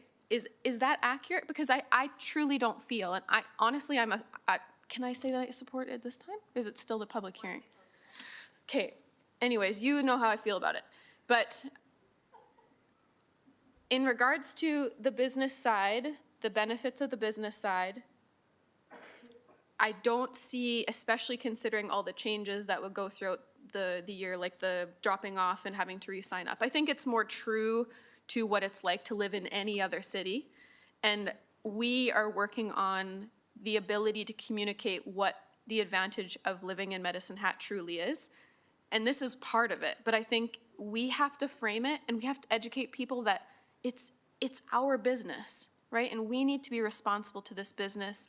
And it may not always translate directly to a consistent, stable market rate, but it allows us to have consistent, if we're gonna make money, we're gonna make more money because there's less risk embedded in those changes than there once was. Is that accurate?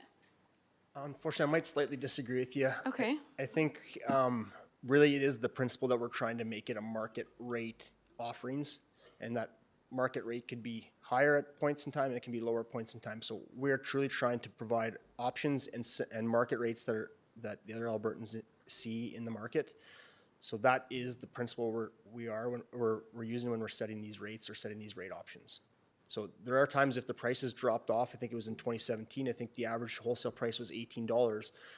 And that doesn't necessarily reduce our risk, but it definitely, is providing those market prices for our customers. Can I quickly follow up? It really reduces the risk for both the business and the person then? Both, would you say? Like I said, it all depends on the commodity market, and we're really matching what we're passing along what the commodity market is doing. So there still is risk to both the consumer and Genco, Comco, in terms of when the market drops, it is maybe not as great for Comco, better for the consumer, but when the commodity market sees a significant uptick like it has in the last 2 years, it obviously is tougher on our residents and our consumers. Final comment. The average person still rides a bit of an up and down throughout the month based on usage, regardless of that rate being consistent. And I'm just going from a personal experience again. I'm assuming that most households, even if they've locked into a particular rate, because I know I locked in, still rode a bit of a wave with usage. So this is possibly a split question for Mr. Oraj and yourself. Is there a way to buffer that roller coaster a little bit by informing people that, maybe you are used to riding the roller coaster of usage, but now, the main change is that you are getting the true market rate as you go through the month. I'm just wondering if that might be a strategy to help people understand that, you've already not been able to budget perfectly around this. Thoughts about that? Yeah, I mean, obviously you're correct. There is definitely for natural gas, obviously your highest usage is in December, January, February. So even if you are on a fixed price rate, you still will see a bit of a fluctuation in your bill based on that consumption. But other than promoting energy efficiency to our customers, it's really hard to take that roller coaster or the ups and downs of the usage out of the customer's bill. If you wanted to comment.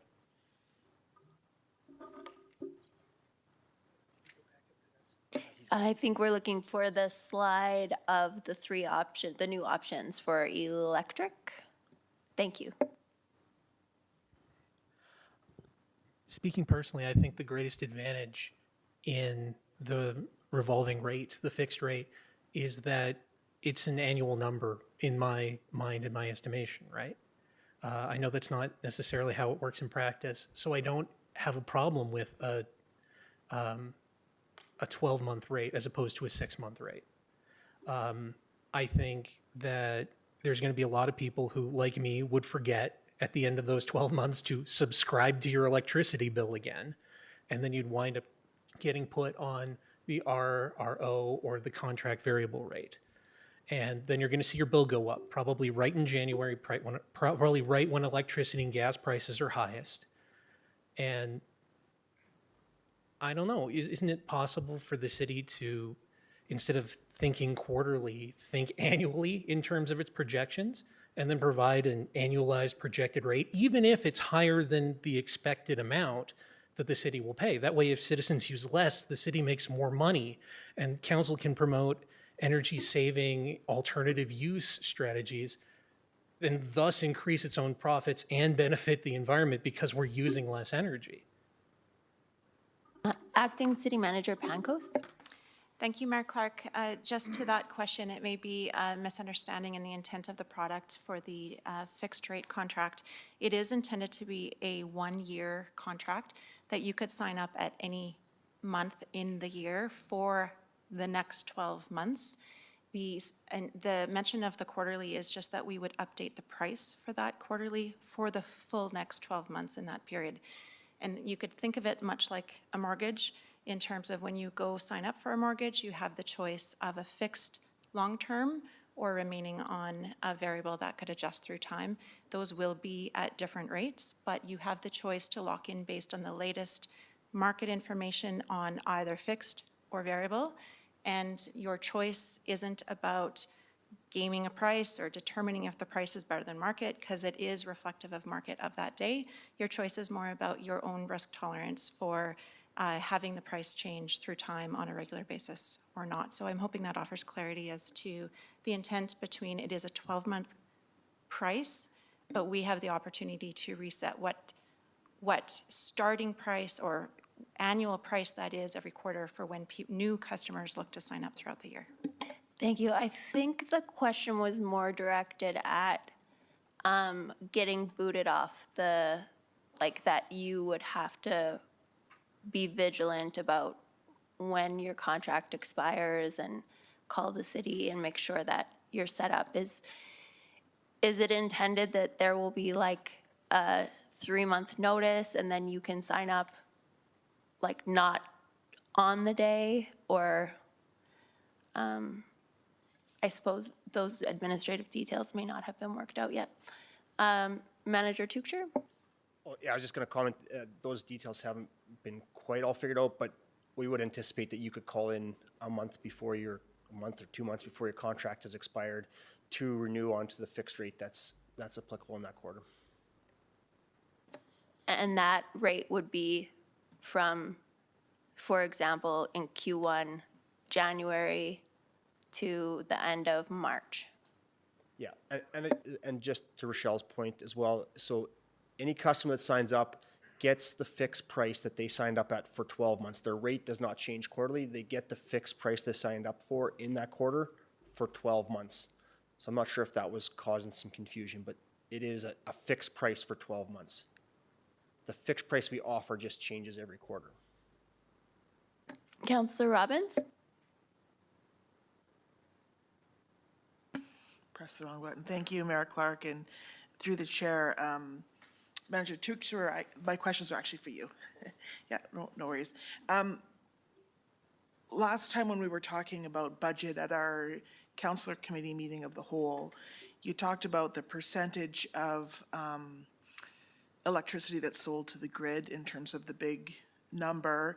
Can you, and if you can't tell me this, feel free to tell me I don't know, or for good reasons, maybe you don't want to say.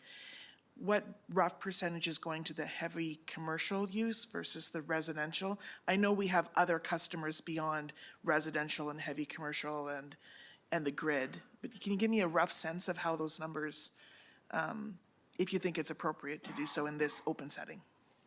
Sure, I can give some ranges. I think if I heard your question correctly, for our sales to our customers, our internal sales, approximately, I would say 45 to 55% go to our large commercial class.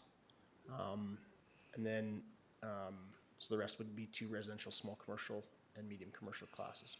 Okay, so when I look at the big picture, because last time you said 40% goes to the grid, so is that the remaining 60% you're talking about? Correct, and the 40% is in 2022. Typically that range is between, I would say 30 and 40%. This has been obviously a very strong year, so more has gone there, but I am referring to the 60% that the internal sales that doesn't go to the grid. Of that 60% that stays as internal sales, about 45 to 55% is large commercial and industrial. Okay, I'm terrible at math, but you're going to figure this out for me. So there's the 40%, and then there's of that 60% left. percentage that goes to heavy commercial, and then there's also the portion that goes to residents outside of Medicine Hat. Is that right? Sorry, maybe just to go Sure. about it a different way, about 30% of our sales goes to large commercial and industrial. So of Okay, all of our thank you. sales, about 30% goes to large Thank you. commercial and That industrial. that math helps me. But what percentage of the remainder goes to Medicine Hat alone as opposed to other customers we may have in the area? Sorry, I don't know that one offhand. When I look at our customers, I just look at all of our service territory. I don't necessarily break out, or I don't have them off the top. We do have those numbers, but I don't have them off the top of my head of what is City of Medicine Hat, what's outside of City of Medicine Hat. But there are customers outside of the limits of the city That's who right. buy our electricity, Correct, yeah. and they are going to be getting this same deal. Yeah, they are applicable to the same rates as the City of Medicine Hat customers are. Okay, and just one other question, if I may. I think I heard you tell Councillor Hyder that regardless of whether these, so right now there's two options, and so this expands it to three, changes them a little bit. But what I heard you say to Councillor Hyder is regardless of whether it's two options or three options, the fixed rate is going up in January. We are, every year, as due to for budget process, we do update our annual fixed rates. So if these retail rate recommendations don't get approved, there still is going to be an update to our fixed price rates to match the current market conditions. Okay, thank you very much. Councillor Van Dyke? Yes, thank you. I just wanted to clarify, is now the time to ask questions from the schedules as well as the bylaws? Is this a singular? Yeah, I believe I did read out. So you're looking at 4727 schedules, or? Yeah, all of the rate bylaws, the second and third readings that were, I believe, attached to this presentation. I just wanted to know, because I do have questions from those, and I wasn't sure if now is the time to be asking them. Yep, yeah, these are all encompassed in the bylaws listed here are all encompassed in the public hearing. Okay, and then I have a few questions if it's okay. Thank you. This is regarding green energy billing options and water conservation policy.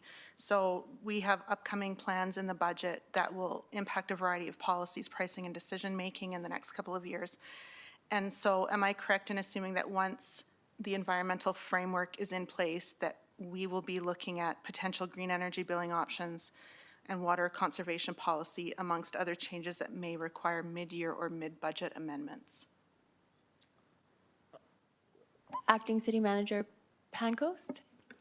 Yes, thank you through the chair to Councillor Van Dyke. Certainly, once we have additional information from the environmental framework, that will help inform future decision-making as well as recommendations to get to those decisions. So yes, we would intend to look at particularly those related to water conservation, as well as green energy options, as Manager Tuchscherer has indicated on the latter. Okay, thank you. And then on page 131 of the agenda, there is a list, a note about non-resident consumers, including Cypress County, Green Valley Water Association, and it says Roytel Water Users Association. I could not find those two water associations on the Alberta Federation of Rural Water Cooperatives list. Are those, do we have existing agreements with them, or is that outdated information that should be removed from the documentation? What page number are you on? 131. That would have to reference that one to Jared, who's in charge of the water distribution.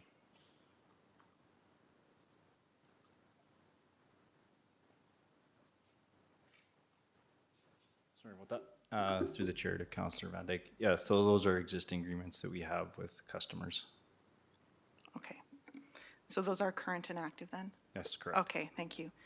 On page 133, Class F aquifer rate, there is rates specific to water drawn from the Police Point aquifer. And I just wondered if that happens a lot and who those customers might be, if you can share that information. Through the chair to Councillor Van Dyke, yes, we do have customers that use the aquifer at Police Point Park. And is that considered best water management practice to draw from an aquifer? I'm not entirely sure. That's not really my area, but maybe Managing Director Maines or Director Bowen would like to respond to that. Yes, good evening. I may turn this over to Director Bohan on this one, but I do believe it's for legacy farming and ranching communities that were down in that vicinity. That they're the ones that are actually drawing from that aquifer. We're just the transporter of that. But Director Bohan, I believe you're online. If you could supplement or correct, please. Certainly, thank you. Thank you, Madam Mayor. We've got a number of customers that have the authority to draw water from our aquifer lines. We do have some internal customers within the city. In terms of the water quality, it's a raw water supply, so it's not purified. So it does require additional processing in order to be potable. It's not currently potable. So we do have some internal customers, parks, and a couple of industrial customers as well. Okay, thank you very much. Sorry, I have, okay. On page 144, I wanted to ask about the capacity charge. I know fees and charges are brought up a lot in concerns from the community. And I'm just wondering about the inclusion of the capacity charge. Would that not be included in the levelized cost of energy from plant operation?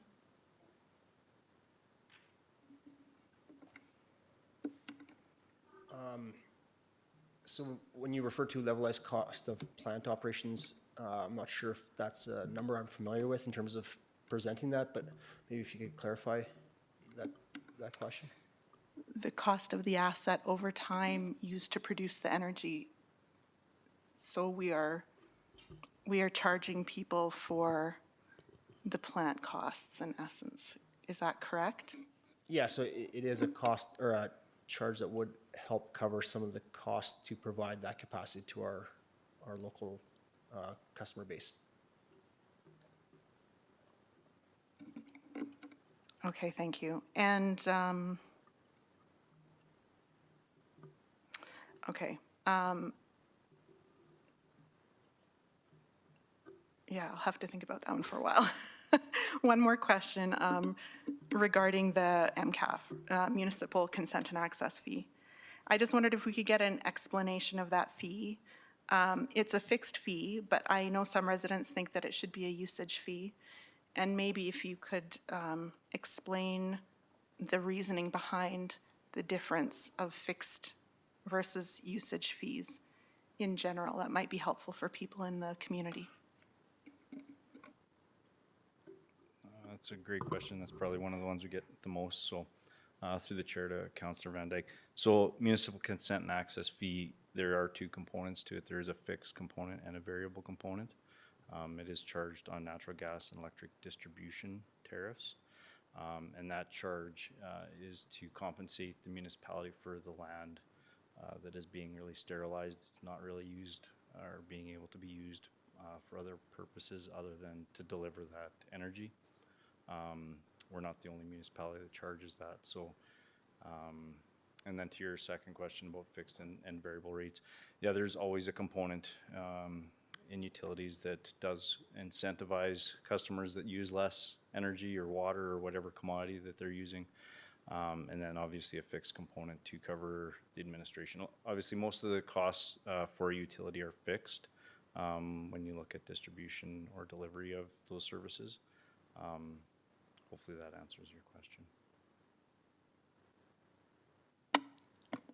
Yes, but also I just, especially on the municipal consent and access fee, I have just as many people on one side saying it's a reasonable charge that we should be charging people, and I have an equal amount of people on the other side saying that we should not be charging it because of our unique situation here. So I guess I'm just wondering how I should be answering that question or how we can justify that. For sure. So through the chair to Councillor Van Dyke, we're not unique. As I mentioned earlier, you look at other cities that own their own gas and electric distribution companies, they actually also charge a municipal consent and access fee. So it isn't something that Medicine Hat is doing on its own.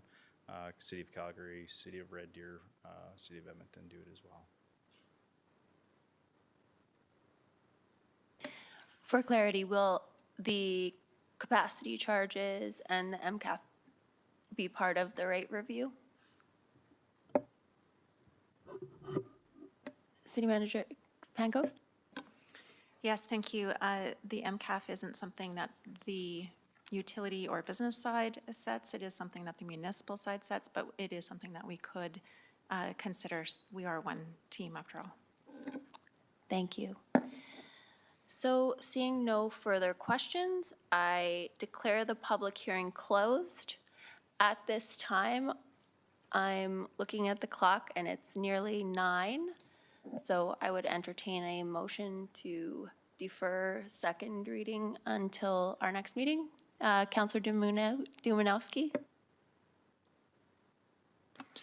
Worship, I was going to speak now that the public hearing was closed. I understand the idea behind your request. I'm thinking with the public debate and everything that we just had, it would be prudent to finish this conversation and move forward. That would be my support anyway. All right, seeing no motion. So can I make another motion then, a different one? Okay, thank you.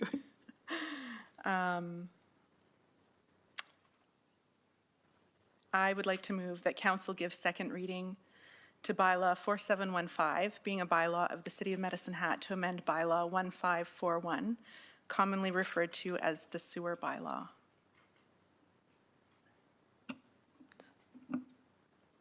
Okay, so for clarity, and this is maybe might change your mind on the motion, we are going to be giving second and possibly third reading to each of the bylaws listed from 8.2.5 to 8.2.11.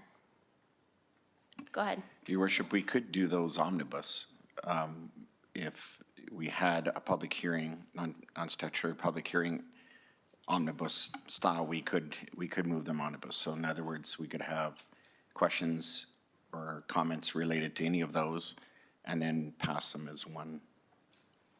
We've done that in the past. We couldn't? Thank you, Mayor Clark. The current MGA does require each reading of a bylaw to have its own separate and distinct reading.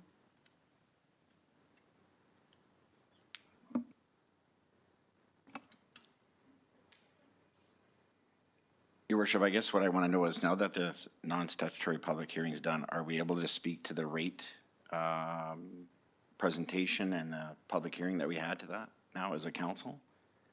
I didn't have questions, but I had comments and certainly an opinion whether I'm supporting or not. It makes sense to me to tether it to the last 2 hours of discussion, but I could be persuaded otherwise. Yeah, so that, so even if we had a motion, we cannot deal with them all together. Thank you, Mayor Clark. It would be prudent of this council to put a motion on the floor for debate, whether it would be to postpone all readings to a future council meeting. That would open up debate. It could be a motion that's defeated at that time, and other motions could then be entertained as far as giving readings. I would suggest some motion to initiate the debate that Councillor Dumanowski is looking for.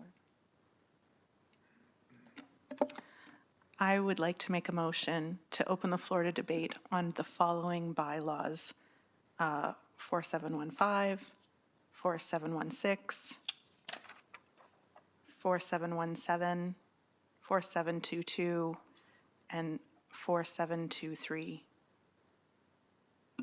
and 4726. I haven't got to that one yet.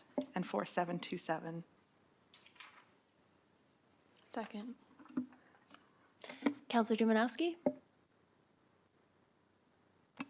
Am I speaking to the current, all of them? Any of them? Okay, thank you, Worship. I appreciated the rich conversation we had and certainly the presentation and the input from our public as well. This is not a surprise to us and certainly not to me, but I was waiting for the opportunity to have this before in the public domain and have that public hearing so I could speak to it. I guess a couple of things to say. First of all, when it comes to what is being presented and kind of notionally what is trying to be achieved from a business standpoint, certainly this is the prudent course. And when I say from a business standpoint, that does not suggest that from a consumer standpoint that we're not being fair or reasonable, but I do have concerns with this being brought forward at this time, and unlike our conversation earlier about off-site levies being decoupled, I'm gonna go the other way. I believe this conversation specifically needs to be coupled to a rate review, a broader rate review, because to me it has implications for and against. And maybe it will give impetus to moving that rate review up quicker. And again, we've talked about it, and even grappling with our budget conversations up till today, we talk about, keeping our business units whole and running them like a business where we can and where it makes sense to. And certainly with Comco, we want it to be profitable. We're excited that it's been profitable.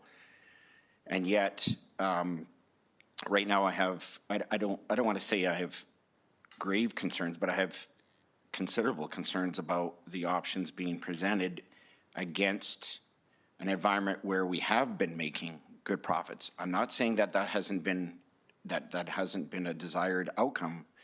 I would even argue it's an answer to our prayers. But from the standpoint of not having had our rate review and now putting this forward, I feel they ought to be at least, if not coupled, certainly presented at the same timeline, so there is an association for and against it. For me, I appreciate that there is a 12-month window, but setting it quarterly will, in an environment like we're dealing with right now, will benefit the business side. It will not, in my opinion, benefit the ratepayer. It won't necessarily act as a disincentive to them, but it certainly will create less certainty around their rates when it comes to when they need to opt in and when they opt out. The conversation around options, to me, it's semantics to some extent. To me, a default rate is not an option. It's default.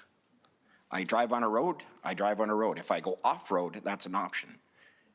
To me, there is one option mostly prepared here, or two, depending on which utility we're looking at. But I'm struggling right now, and I won't be supporting that bylaw because I'm struggling with, again, with the environment we're in, which is an upside. It's a benefit to us as a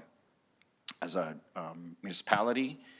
But if we can't understand it in relationship to our broader rate review, I feel it is premature, so I will not be supporting it. And just a note that the contract options are 8.2 and 8.2.8 and 8.2.9. In addition to that, there is an amendment just to the rate bylaw, which would amend the rates to update them for January 1st. Councillor McGogan? Thank you. Through the chair, I just wanted to make a couple of comments in support of the bylaw. I think we've been socialized quite well on it. I think the philosophy has been we treat it like a business until it's no longer our philosophy. So if I'm going to hold that as my flag post, I support this. We all seem to, I don't think I heard it mentioned tonight that we are all owners. Everyone sitting here are all owners and benefit from the business of this business. So for that reason, keeping it, our asset healthy for the time being, I think is important. When you think of the risk of letting gas prices perhaps fall for a whole year before they're resetting the rate, just doesn't seem to make good sense. So we're looking after our business. As far as the communication piece goes, I trust that, you know, Councillor Hirsch always said, and I think it was supported tonight again once, was this is like picking a fixed rate in your mortgage versus a variable rate. You can just go variable and go with the market, or you can fix your rate.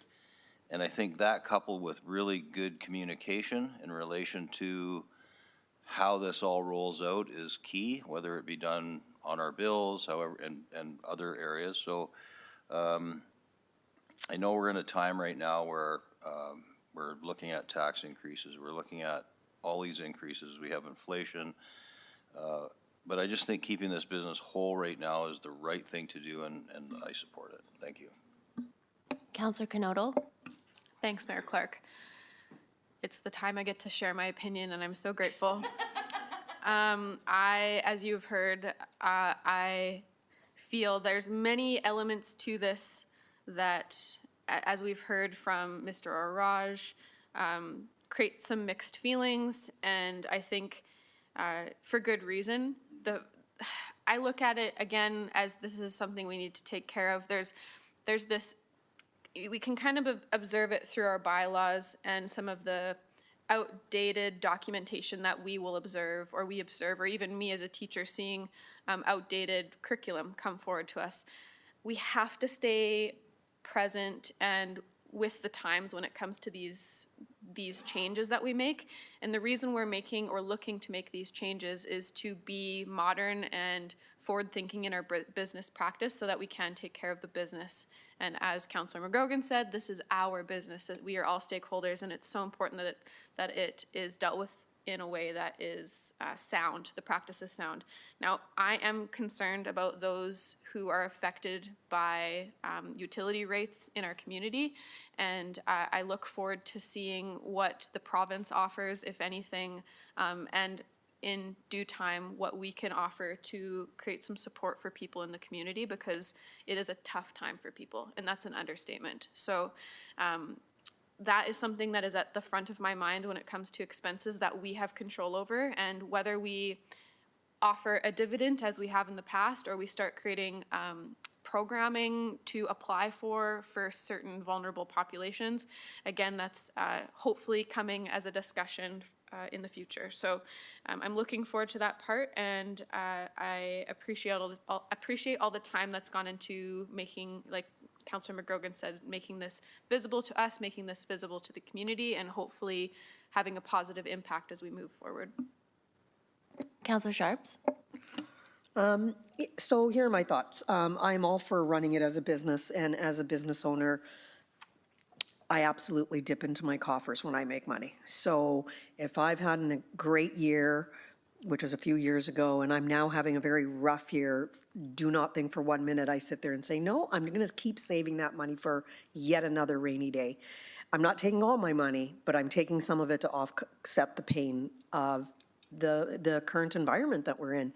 So I'm all for responsible running this as a business, but it's not just the people in this room that are the stakeholders, it's our citizens, and our citizens, I think, are pretty much screaming loud and clear they can't take any more increases right now. So I guess I'm not saying that we have to spend all the money that we made, but, you know, in the news lately, we've made something like $85 million, and I know that's cut between, Managing Director Maines is going to slap my hand in a minute, but I do understand that's not just in the last 30 days. So, and it's not just City of Medicine Hat, it's our county and all our other contracts. But we still made $85 million, and that number is out there. So I think there's an elephant in the room, and we need to talk about it and what we can do to lessen the pain for our community. And I'm not saying I have the answer, but when I look at the fact that we haven't had consultations, that the rates aren't in front of us, the revised proposals or the rate review, I think there's still work to be done. And I think there's some really good things that can come forward if we do that. And those consultations, I think, are key. And not having a consultation when we have a public hearing, I guess that's not the way I thought we'd operate. I thought transparency is going to be key. Let's get our big players in the room. Let's put this all on the table and let it not be confusing. But while we were here, not that I wasn't listening to every one of you, but I went on and used a different address of mine and signed up for utilities, and wow, was it easy. Okay, it was simple, it was easy, and I didn't need a degree. I know there's a lot of finance people in here. I'm not one of you. And I need this to be user-friendly and easy for our citizens to decipher and just make their lives a little bit easier, that they don't have to worry about what quarter it is and what's the temperature right now, and should I do this in February? Should I wait till January? Personally, I don't want to have to call every other month and decide when I'm going to be fixed or not fixed. Whatever I'm doing right now is exactly what I'm going to pay the rest of my life, because I will forget to call. And that's just reality. So having said all of that, I cannot support this bylaw on the table right now.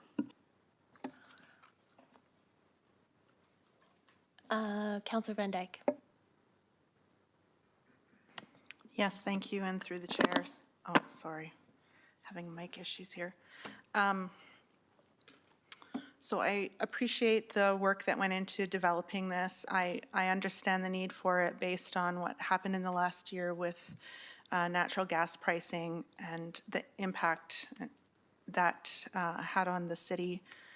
And I do agree, though, that for people not used to this kind of options, which is probably anyone who's lived the duration of their adult life as a utility user in Medicine Hat, that this will be a bit of an adjustment. And I don't envy corporate communications and customer service and trying to explain to people how they would need to go about doing this. So I think it really is going to come down to a tremendous amount of communication and education around the differences.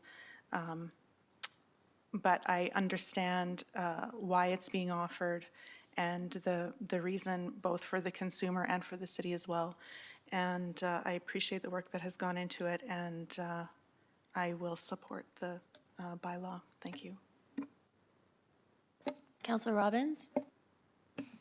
Thank you, Mayor Clark. Through the chair, I had very similar notes to my friend Councillor Dumanowski about the timing of this really being the issue for me. The rate review is not complete. Prices are still very high. I read in our notes, which maybe we'll get to about midnight, I think, our energy and infrastructure. There's a specific note about the, maybe not that long, but about expectations that electricity is still going to run high through this until the spring, and there might be a dip and then back up again. And we know that the provincial government has said in many ways that they're looking at other options to help the citizens in this these difficult times.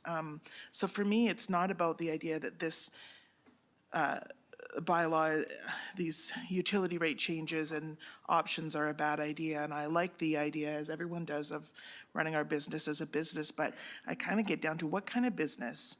Are we running a chain store or a mom and pop neighborhood store? What are we? So we've all said in different ways, and we've given direction, just so the citizens of Medicine Hat know this is direction that's come from council. This is how we want to run Comco is as a business. I don't think that we've drilled down enough as a council to give enough direction as what kind of business is that going to be. And that's where I'm stuck. We know that the return of profits to the community comes through the excellent operation of Comco, but it doesn't help people month to month who are struggling to pay their utility bills. And when they go up, it just makes it something harder for everyone. So I know that we spent a lot of time last year asking people to sign up for the fixed rate, and I think that it did help people to have that fixed rate. I'm a little concerned it's going up in January, but I appreciate there might be a good reason for that. And I just can't tell whether leaving it the same and increasing the fixed rate or giving people options is going to be cheaper for the average person. And so for that reason, to me, the issue is about timing. I would rather see the rate review and see what the provincial government plans to do First, I don't have any problem with the bylaw as laid out. I have a problem with the bylaw at this moment in time. I think in 6 months, I may think quite a bit differently about it.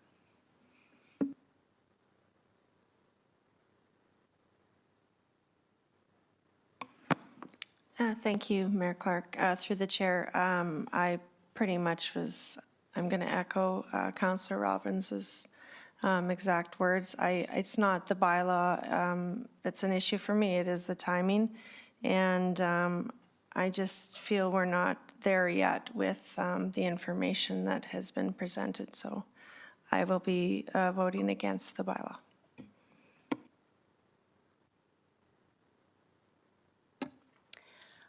All right. Oh, Councillor Kernodle? Nope. Okay. Well, we will have to have a motion for each bylaw. I do agree that the timing is unfortunate, and it is especially unfortunate that we don't have a rate review yet, or kind of timing of when that might be. However, I am conscious of the fact that the reason that this is being brought forward is because the fixing the rate at January and letting someone sign on to that rate in December creates a tremendous amount of risk for our commodity, or for Comco. And if we have to go another whole year with that level of risk, I don't think that it would be advantageous to our asset, like our business that is Comco. Additionally, I don't feel a ton of comfort around what we've heard about a potential communication strategy, but hopefully that will be developed in the next little while. I would support all of the bylaws, but I think it may be worth putting a motion on the table directing a rate review by a certain time. So seeing no further questions or comments, Councillor Van Dyke. Okay, thank you. I would like to move, sorry, should I go into these bylaws first, or? Just start I would just start 8.2.5. Right, okay. All right. I'd like to move that council give second reading to bylaw 4715, being a bylaw of the City of Medicine Hat to amend bylaw 1541, commonly referred to as the sewer bylaw. Second. Any debate? Seeing none, we will vote on second reading.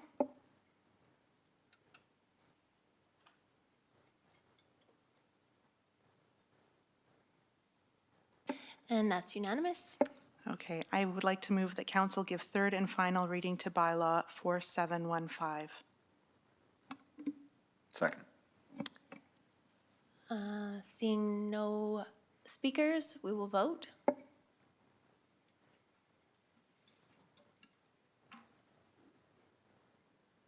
And that's unanimous. Bylaw 4715 is passed. Thank you. I'd like to move that council give second reading to bylaw 4716, being a bylaw of the City of Medicine Hat to amend to the waste bylaw. Second. Seeing no speakers, we will vote.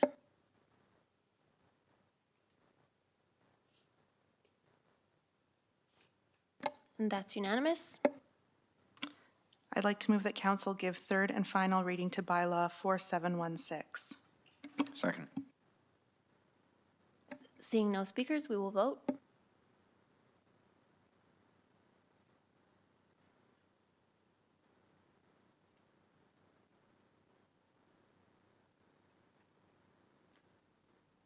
Yeah, there we go.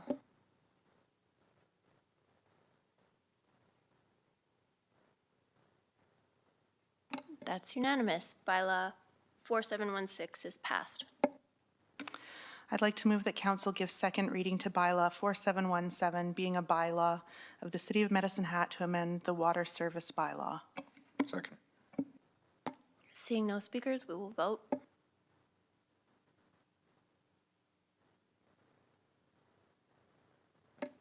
That's unanimous. I move that council give third and final reading to bylaw 4717. Second. Seeing no speakers, we will vote.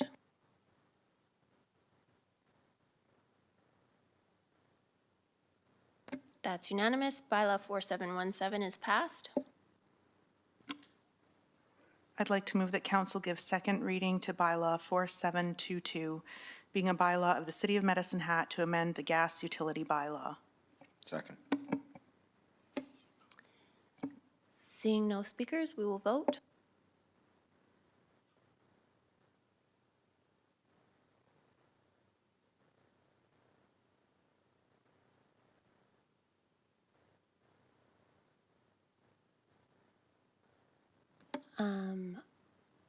That passes. I'd like to move that council give third and final reading to bylaw 4722. Second. Seeing no speakers, we will vote.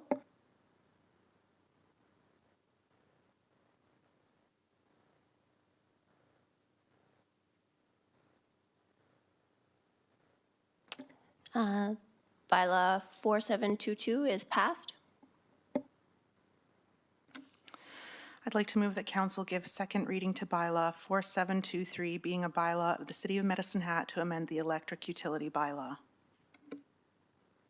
Second. Seeing no speakers, we will vote.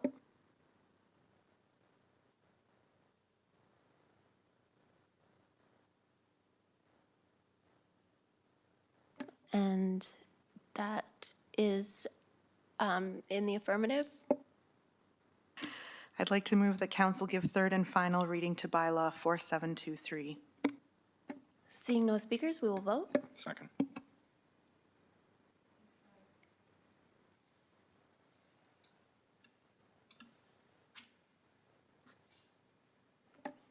Bylaw 4723 is passed.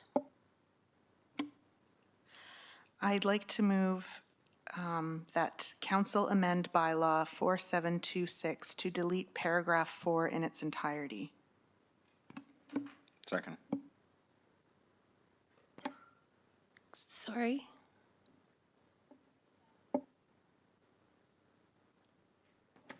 Okay, so we will, okay, seeing no speakers, we will vote on the motion.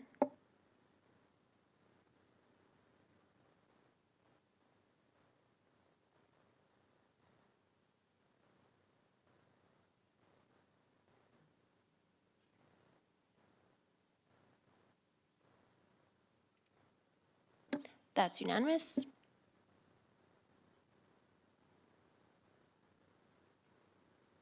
Oh, sorry. I move that council give second reading to bylaw 4726, being a bylaw of the City of Medicine Hat to amend the gas utility bylaw as amended. Second. Seeing no speakers, we will vote.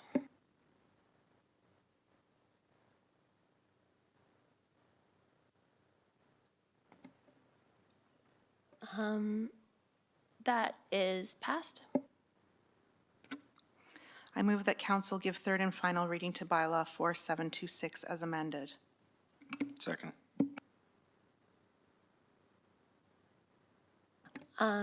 Seeing no speakers, we will vote.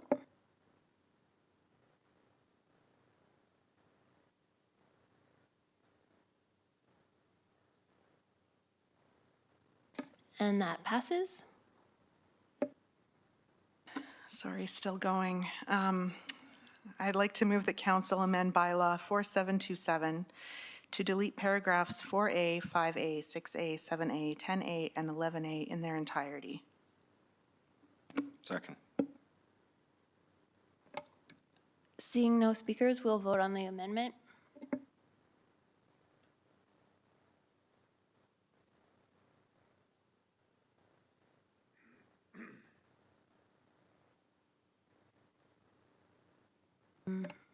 It's passed.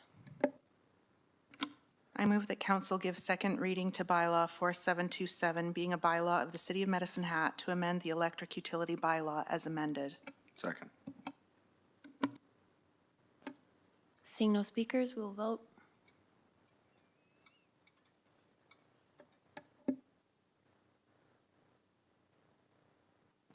And that passes. I move that council give third and final reading to bylaw 4727 as amended. Second. Seeing no speakers, we will vote.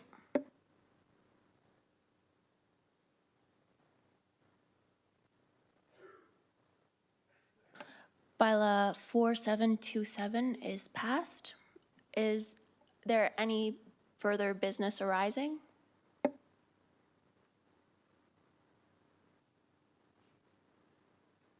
All right, seeing none. Would anyone care to make a motion for a recess?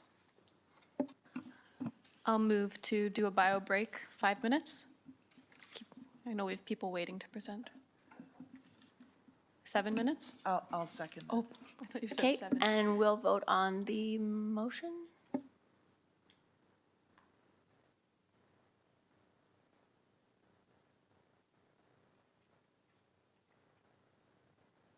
That's unanimous. We will return at 25 after, sorry.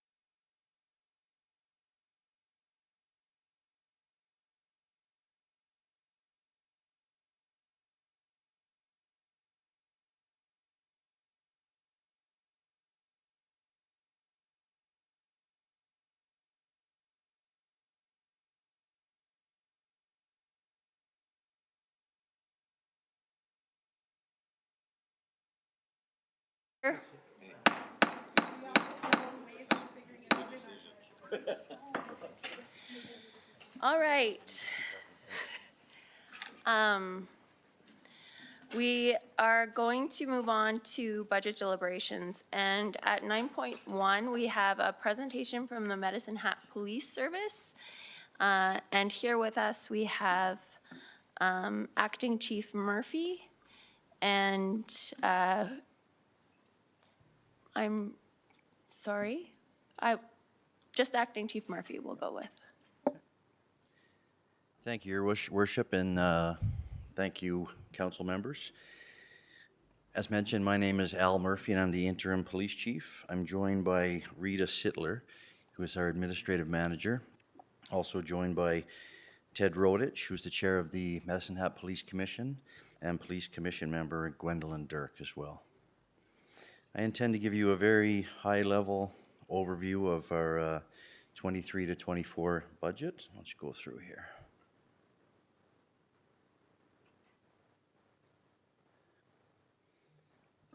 Okay, regarding capital and major operating expenditures, for the tangible capital asset, that refers to our IT server and storage refresh.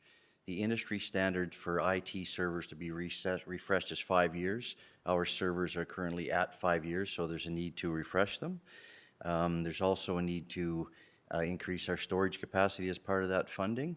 Over the next 5 years, we expect storage requirements will go up by about 20%, and that will cover this. Funding this tangible capital asset will bring us, we shouldn't need anything else regarding IT storage or server refresh until 2028. Regarding the major operating expense, that refers to the new TASER funding. TASER is the brand name basically of what's called a conducted energy device, and that is a device our members use as a less lethal control option. The devices currently used by our members are about 6 years old. They're becoming obsolete, so all agencies in the province are in the process of transitioning to the new TASERs. Because they're becoming obsolete, there's no warranty and there's no longer any parts. That's the reason why we need to switch over. There's some other good reasons with the new technology with the new TASER, but largely it's because they have become obsolete and we can't use them any longer. They were recently approved earlier in 2022 by the province of Alberta for use in Alberta by police agencies.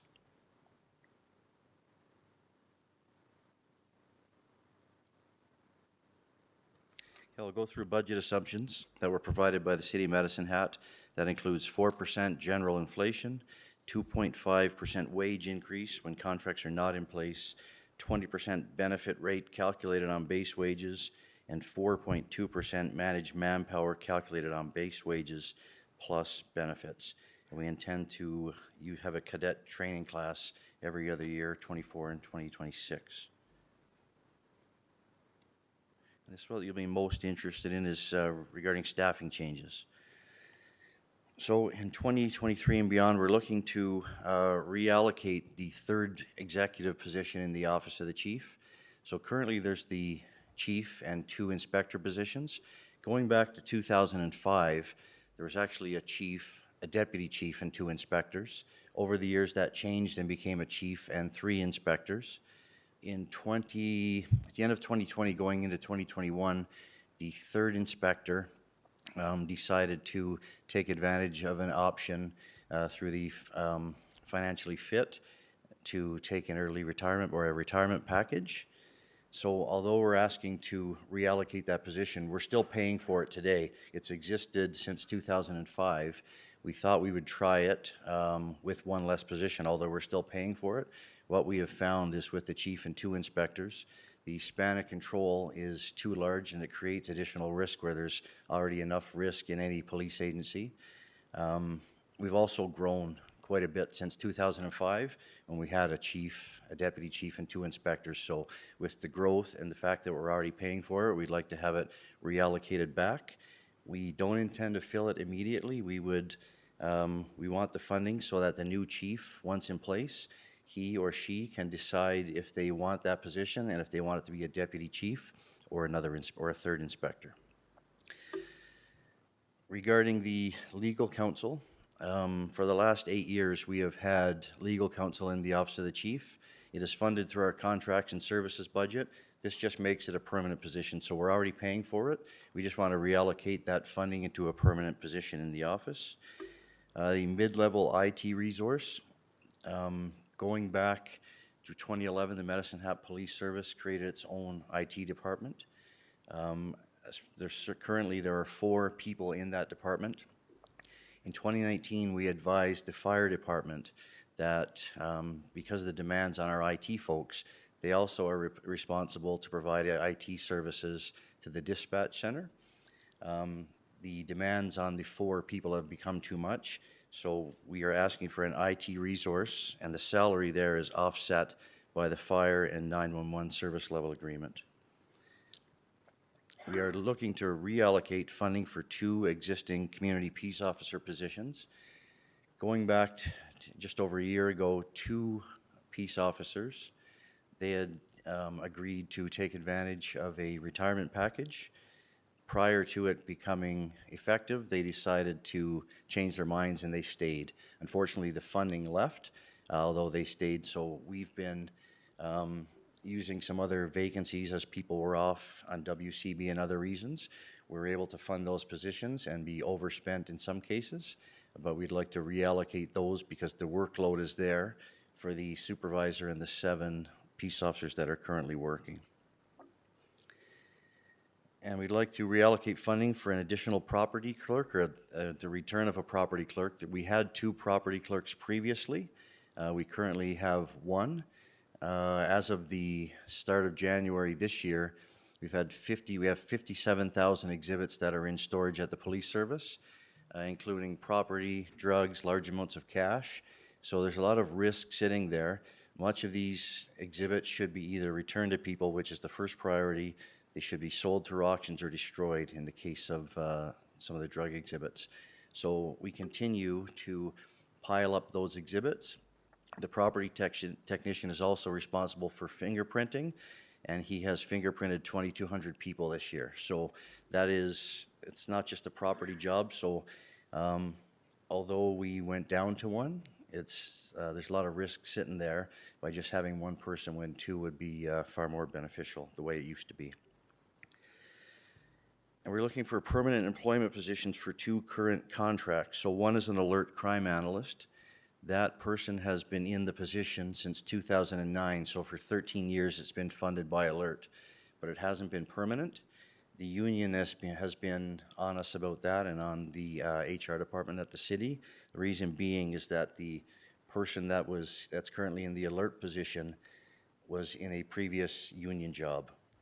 We have to hold that job, so we have temporary people for 13 years filling it, so it looks like we're playing a game on that position. So it is Alert funded, so we'd like to make that permanent so we can actually do what the union is looking for and backfill the position properly behind the person that's currently in the Alert position. The other position's an information manager position. That position's existed since 2005 on a contract basis. It is funded through police information checks and revenue from FOIP requests, and we'd like to make that permanent. Again, it's been there for 17 years, so it's probably time to do that. So if approved, it'll result in an increase of 3 FTEs. That's the new position, or the position coming back to the chief's office, the lawyer and the IT position, and 5 PEPs. That's the chief's office position, the lawyer, IT, the analyst, and the info manager.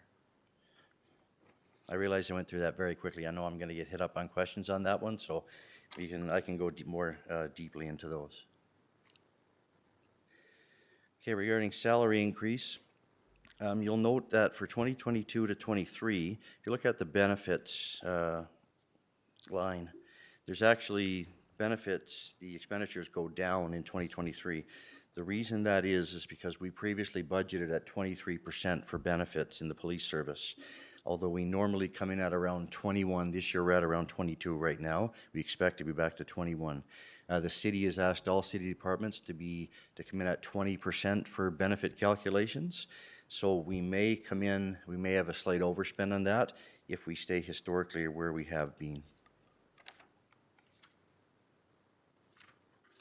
This slide is just to show you the personnel costs versus other expenses, and our personnel costs are currently at 82% of our operating budget. And the statement of operating revenue and expenses. So the difference between this statement and the City Council's department summary is a total of about $175,000 in 23 and $238,000 in 2024. That relates to a transfer of capital costs relating to the major operating expense and loan principal payments in 2023 and 24 that are not included in the department summary. A decrease in revenue reflects a transfer of pet licensing revenue to Parks departments, which is offset by an increase in Sterling back check revenue. And an increase in expenses is primarily attributed to the staffing changes and wage increase.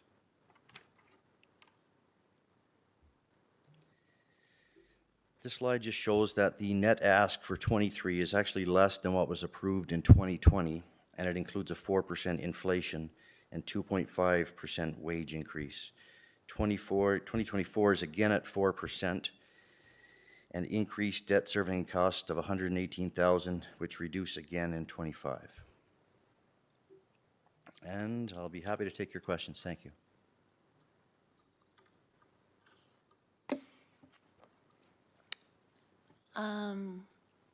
I'm sure there are questions, but Councillor Sharps? Thank you. So obviously, as a member that sits on the Police Commission, I was privy to some of this information before, but it's actually even better explained right now. So I just want to thank you for actually going through every position and explaining that, because it really does take a lot of the questioning and why do you need it. But I did actually have a question on it. Was there some conversation about bringing in a chaplain position, at least part-time, that is no longer in the books? Yes, that is, at the high-level summary, I didn't provide that, but that is still on the books. I believe it's, I'd have to look to read, I believe it's $30K. Okay. Okay, it's 10,000 contracted services, and it's part of a $30,000 ask in the budget. I just didn't drill down that far in this presentation. So is that part of a mental health approach? Or is there a different reason on the chaplaincy? It would be a portion of that, yes. I think it would help with that. And I just think it's an important service in that all agencies have some form of it. And I do think it's an important service to our members. Agreed. Thank you. Councillor Robbins? Thank you, and through the chair, Acting Chief Murphy. So lovely to talk to you. And I had about 7 questions, but you answered them, with the exception of one. So you're a great witness, I can tell. You just give it to the Crown, and then we'll follow up with what we need. My question was actually on one of the slides, there's a reference to MMP. Could you just tell us what that is? I'll turn that over to Rita Sidler, who can likely do a much better job than I can right now. So I'll turn that over to Rita if that's okay. Okay. I just want to make sure.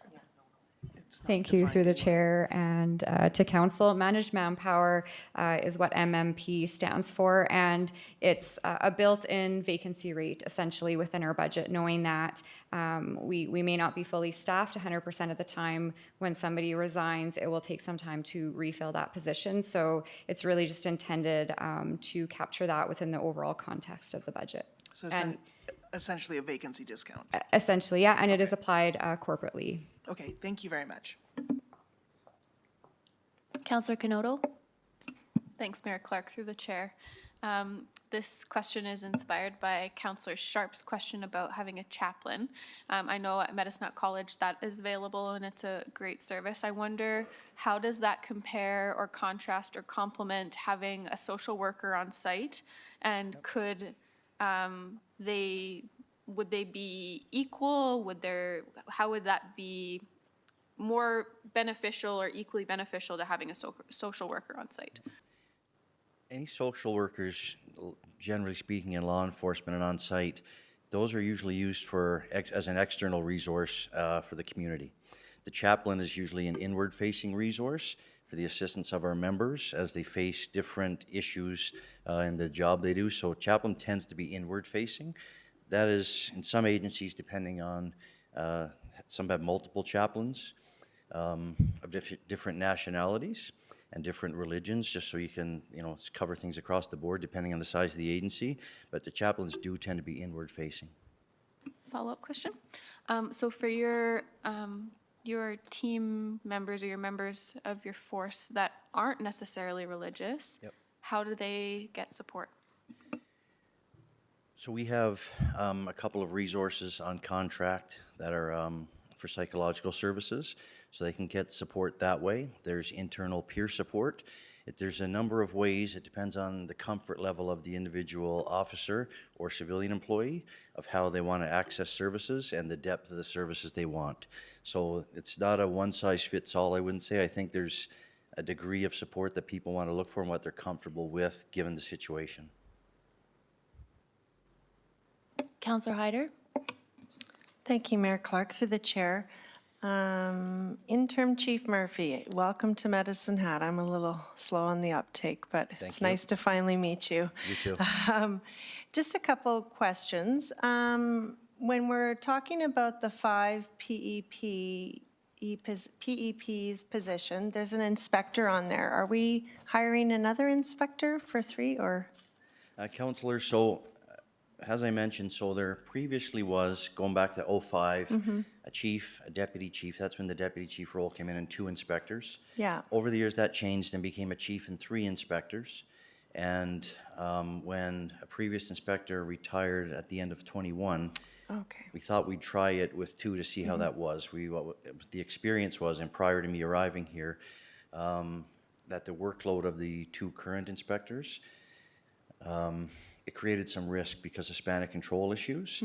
So what was previously, the organization was divided into 3, was then taken on by 2. So it just created some risk that was unintended, but it was something we'd try. And the 3rd position is actually still funded, just in a different place. Okay, great. Thank you for that. You're welcome. And my second and last question is costs and other expenses. So I do see the personnel costs. What is under other? What would be under other expenses? That includes other contracted services, materials, debt servicing, internal charges. That would be anything else that's not personnel related. Oh, okay, great. Thank you. Councillor McGrogan? Chief, you're doing a great job.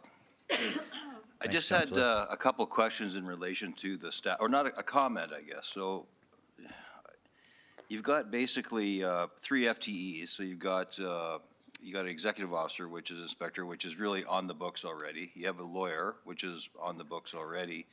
And so the new one would be the IT position. Have I got that right?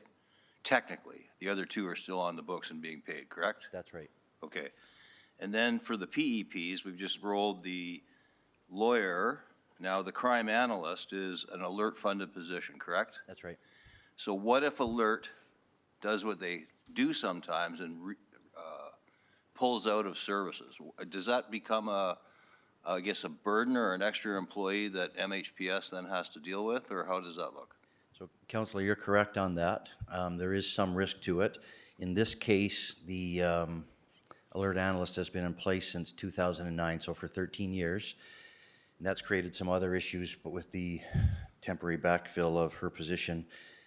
But to give you an example of the risk that some agencies face with this, my home agency in Edmonton, we have about 120 people funded by Alert. So we carry massive risk if Alert ever sent a lot of those back to us. So you're correct, Councillor, that there is some risk there.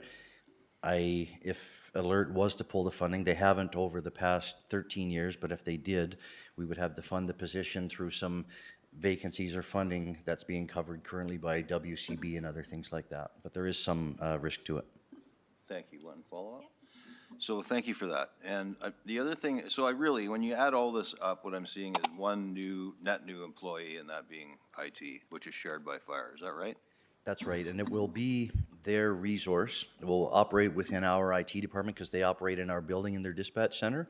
But the As we all know, the workload of IT resources in all agencies, not just law enforcement, has increased over the years and continues to. So the 4 resources we currently have can no longer manage all the policing issues and the dispatch center issues. And it's funded through the 911 service level agreement. That's the funding agreement for it. Thank you. You're welcome. Councillor Sharps? Sorry, I thought of more questions. I noticed on the benefit costs went down. Are we self-funded? Is that different than the city? Or is it the same group, benefit organization?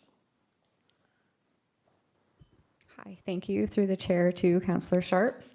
The benefit rate is calculated as 20% of our salaries and wages and is intended to estimate CPP, EI, health, dental, all of those, the complete benefit package, I'll say. It does fluctuate between 19 and 21% corporately, but 20% is the average that we have seen over the past 5 years. And we do apply it to both police as well as all other departments across the organization. Okay, and is that inclusive a health spending account as well? Yes, that's right. Okay, so then my question may be to Managing Director, or statement rather to Managing Director Eggert, is with the RSWs that Councillor Canota was bringing up, that's part, the social workers, the registered social workers, RSWs, that's part of the Blue Cross conversation that we were having in council employee. That's just seems to be something that can be covered through their Blue Cross plan if we choose to have that. So it's just something, because I do know that we do have people seeing social workers and it's currently out of pocket. So, but that's a city issue, not just a police issue. Okay. And Chief, we do have a couple of psychologists on, right? Like, I believe 2 that I know of for sure. We do. Okay, thank you. Councillor Dumanowski? Well, Your Worship, I wanted to have the opportunity also to say hi to Interim Chief Murphy and Mr. Rodage and Ms. Sittler and others who are here.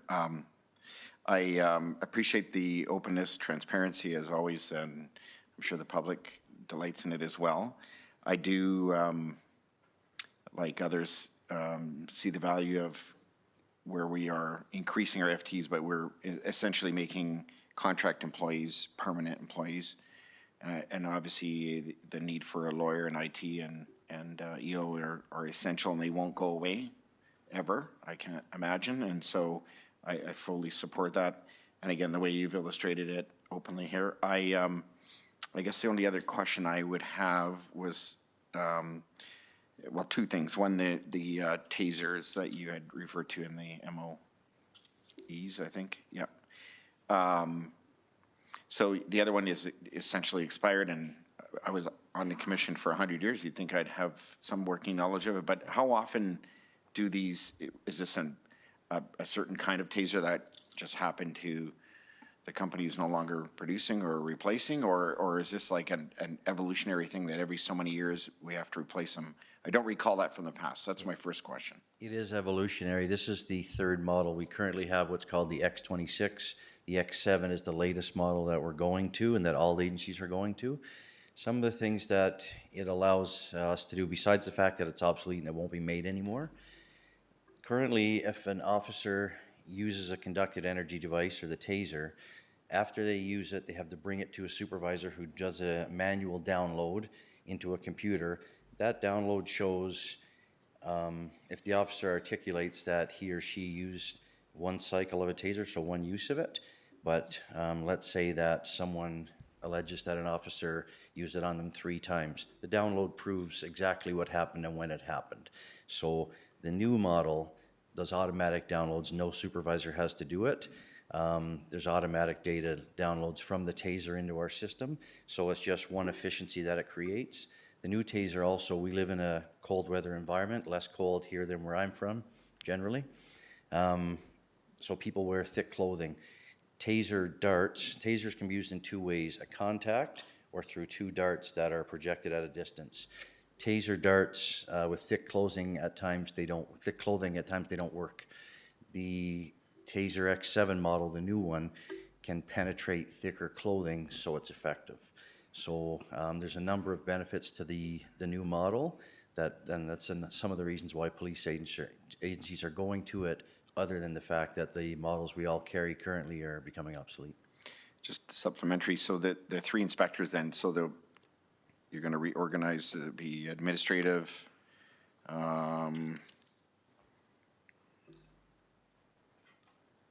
what's operational and what's the other one going to be? Operational, investigative, and previously was administrative, so there was the 3. Investigative, okay. But I won't reorganize that, Counselor. The purpose of the funding is to provide the new chief with the opportunity to decide on the structure. If she or he decides they don't want to go that way, then they can return the funding. It's easier to ask for it now and make it a lot easier for the new chief when she or he gets here. But I don't think it's my position is to have that prepared for the new chief, so he or she can make that decision. So it makes it a lot easier down the road. Oh, I appreciate that. Thank you very much. I'm going to wedge in. So it's my understanding that we've seen an increase in crime and a decrease in the perception of safety in certain areas of our city. Would that be accurate? Namely, like downtown and the North Flats, I Fair think. comment. Yep. And so what if in this budget, if anything, is directed at those concerns? There are no new resources directly for that, Your Worship. These are just kind of to keep things running, to be quite honest with you. In terms of crime evolves over the years. Every year it's a little different, and certainly what you're seeing in your downtown is part of the evolution of what we've seen. That's mostly related to mental health and addictions. And that, as it evolves, creates more crime. So I think through the downtown patrol unit, I obviously had nothing to do with implementing that, but to my understanding, it's been very successful. I just think in policing, you have to look at new ways, and instead of always asking for resources to do it, let's look at new ways to do an evolving job, because it never stops, and it'll always continue to evolve. And what's a popular thing to deal with today won't be like it in 12 months in all likelihood, and we'll be going a different way. But that's why we move resources around to do that. These resource asks aren't for any of those initiatives. So is the intention with this budget to keep the downtown patrol during the day from Monday through Friday and not increase the hours at all? The budget doesn't speak directly to that, Your Worship. That'll be something that the new chief would have to review the current program and see how effective it is now that it's been in place for a while, and make a decision going forward. Is there a different way this should or could be done? Okay, and second question, so there are police commissioners and there is some funding for that area. How is that funding allocated? Is that part of your budget? To my understanding, and I'll turn to Rita for this, to my understanding, it does come out of the Medicine Hat Police Service budget, but I'll turn to Rita for that question, Your Worship. It does. So the Police Commission has a specific allocation within the budget, but it's part of the overall package being requested today. Okay, so if there were requests for increases, that would come through the chief? Right, correct. Okay, thank you. Councillor Hyder? Thanks, through the chair. I just had a question for Chief Murphy. I think that we need a taser demo day. I think that would be very, I think we get a lineup for that. It would be, we can, and I think I could volunteer Councillor Dumanowski here for, he could be the first one to go. So just throwing that out there. If you'd like to try the new model, you can wear a heavy jacket and just see that it works that way, the way it's intended to. I just thought I'd volunteer him. So. I'm not seeing any further questions for the acting chief. We will, if anyone continues to have questions, they can ask them through administration. So thank you for your time and effort, and really appreciate the presentation. Thank you. Thank you. So next up, we have Medicine Hat Public Library. Ken Fezer, Chief Librarian, and if you wouldn't mind, please introducing the other member you've brought. Mayor and Council, thank you for the chance to speak to you. I am Ken Fezer, I'm the Chief Librarian, and Rebecca Harper is our board chair. And so we're both here to do the presentation for you. We did provide a handout. I think that you all have it.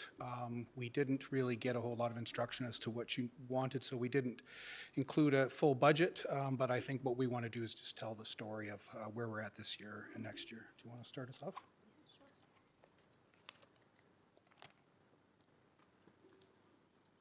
All right, well, thank you so much to everyone for having us. It's always good to see Councillor Robbins, who joins us on our board as well.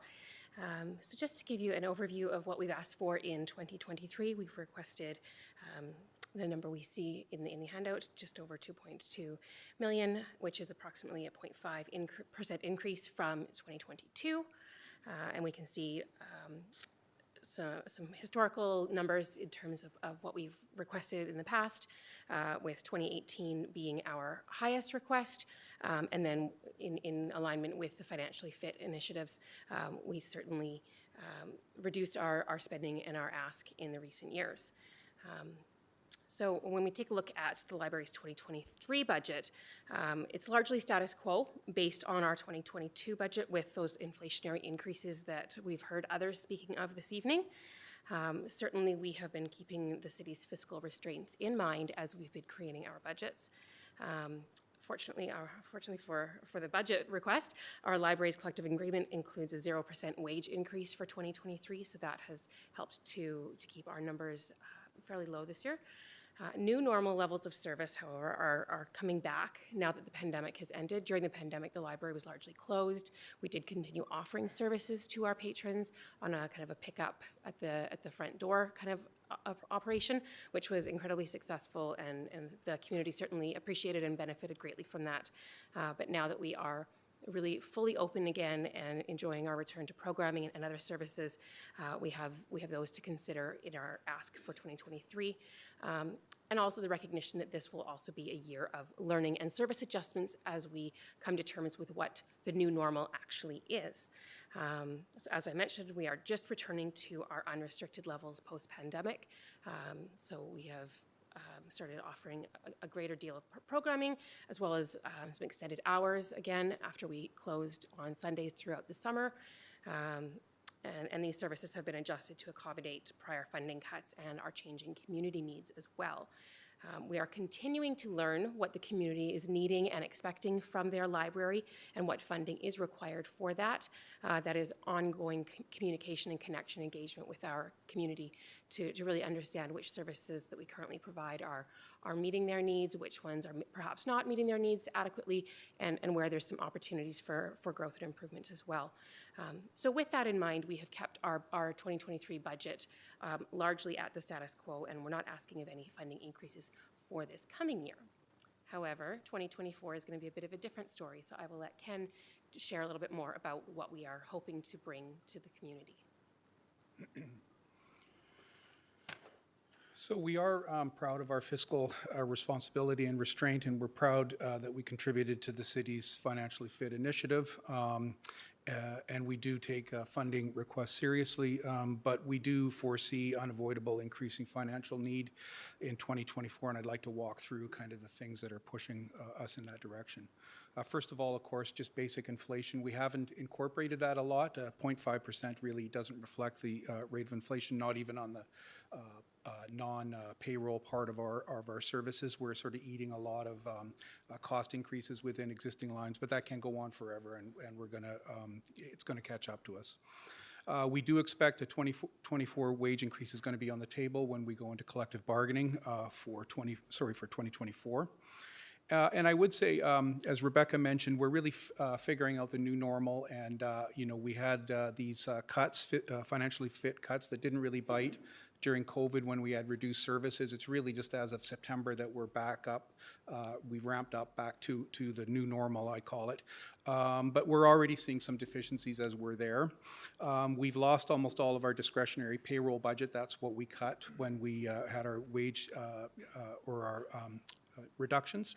And so we can't backfill absences, sickness and vacation, and that includes frontline staff.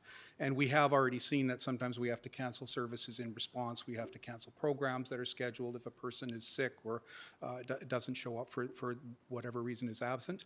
And we are worried right now because we are seeing a wave of sickness, which is sort of part of the new reality. And we're looking at, we might have to, for example, close the circulation desk and reference people to the to another desk, or even we might have to go as far as close the children's library from time to time if we have people who aren't there. And we do have a plan for gradually closing things in the library, but it's not a good place to be. We're operating with one less manager than we used to, and it shows. We're thin on the ground with management, and we probably need to start doing some consultancies or do contracts for certain parts of the managerial workload. That's if we didn't get another person, which we don't have plans for. And this is a really important one. Behavioral challenges in our building, I think they're really at the point where they require a funded response. And what I'm talking about here is basically the same thing that was mentioned with the police presentation, that we just have increased order downtown, wherever it comes from. Many social factors, but it's definitely true. And it really impacts us. We see it every day. And, these unfilled staff absences, that's one place where it really becomes difficult if we have one less person downstairs. It just becomes hard if you're dealing with an aggressive person or a problem like that. Our people are worn out and ground down by this, and we've been doing work with them. We've acquired training. We're developing an empathy-based model. But we need more of that. People really need the support. And that's both for training and that kind of resource. But really, we need new positions and or new people who will come in with de-escalation and mediation skills. I always say that nobody joins the library because they're an adrenaline junkie. We don't have a lot of skydivers on staff. And, our traditional skill set just isn't necessarily right for dealing with this. So we need to onboard people who will bring that and train us and inspire us in how to deal with that. I really see, we have a social worker position, which I think most of you know about, which is it's a half-time, externally funded temporary service or position. And thank you to Medicine Hat Community Housing Society for believing in this and funding it. This has been a great service. It's very externally focused now. It's really all about providing that service to the community, and it's been very successful. It's unique what it does. It provides service to people who wouldn't access a social worker or benefits social services if they didn't get it here or at the library. We do have a vision for what we could do with that, grow it permanent and full-time. We are having retention and recruitment difficulties. We've lost our social worker. It's a half-time temporary position. Not surprisingly, the person moved on, and we're trying to hire that position in. If we had that permanent full-time position, it would make a huge difference. We could continue to do what we're doing with the social worker, but as well, that person can become an internal resource for staff and can help us build this resilient and confident model of how to deal with things. I would mention that Lethbridge Library is currently asking their council for, I think they call it a crisis intervention worker, which is much this same type of position. They're different than us, but they have, similar challenges. And finally, what we're finding, just as we're getting back to programming, is what people seem to really want in the community is wellness programming. We did a mental health fair. It was a huge success. This is what we want to really start offering more of. And again, a social worker or a person with that skill set could coordinate that, could bring that sort of programming to the library. So that's really where we're at, I guess, and what we see in 2024. I would say that we really thank the city for the support that we've had over the years, both financial and also a lot more than that. City departments support us in many ways, and we're very grateful for that. And I hope that this library can have a closer relationship with the city. I'm very glad we have the opportunities to speak to you tonight, and I hope that we can have more communication. We want to help meet the city's strategic goals, and we want to explain our situation and have a good, rich conversation about directions that we should take and what appropriate levels of funding would be. So on that note, I think we're done. like to just ask one question of clarity for the budget. We approve the library budget on an annual basis, right? Yeah, the legislation states, the Libraries Act, that the City Council provides a municipal appropriation. So you name a number and you provide that to the library, and the library then administers a budget. So you're just kind of foreshadowing 2024. We need to start those conversations sooner than later? I guess I just want to telegraph, and also we haven't had a lot of communication. I would say our budget, we sort of throw it over a wall most years, and something happens on the other side. So we want to use this opportunity to telegraph where we feel like we're going or what we need in the future. Thank you. Councillor Knodel? Thanks, Mayor Clark. Thank you both for being here. So I think that when reading the document and listening to you speak, the section or the topic that stood out to me most was how the library has become it always has been a place for everyone, but there's this new normal that has been evolving over time for openness to everyone of all capacities, of all levels of wellness, and it actually makes me quite emotional because there's elements to it that I feel aren't anywhere else in the whole community, and it's extremely important to me. So I appreciate you and commend you as both a board and a leader in the organization for making that the standard, and I appreciate you so much for that. So a question around that. Are there, so you've had collaboration with community housing in regards to your social worker. Do you see any opportunities for collaboration regarding this position that can help you with behavior? That's the first part. I'm sorry, I don't quite understand the question. Are you asking if this social worker would be collaborating with outside agencies? I appreciate the clarification question. Would you have the opportunity to collaborate with other organizations such as community housing to encourage either sponsorship or any sort of financial or supportive contribution from an organization within the community that is aligned with that particular type of position? Well, I would say community housing has always expressed enthusiasm and belief in what we're doing. We're into our second round of yearly funding, so that may continue. I would have some confidence of that.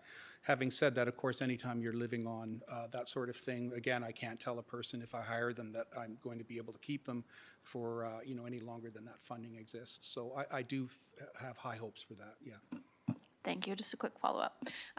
My hope is that you will be able to have a sustainable, long-term, full-time position for that particular circumstance or the types of humans that need that kind of support and staff that need that support. So in that particular area in general, I'm eager to see what kind of conversations happen around this table with your contributions to see where we can go with that. But otherwise, everything makes sense to me. So thank you. Thank you. And I have to say that we're 100% dedicated to that idea of serving everyone in the community. I think it goes right from the board down to frontline staff. Everybody's on board for that, and we won't back off of that. And I'll just add as well.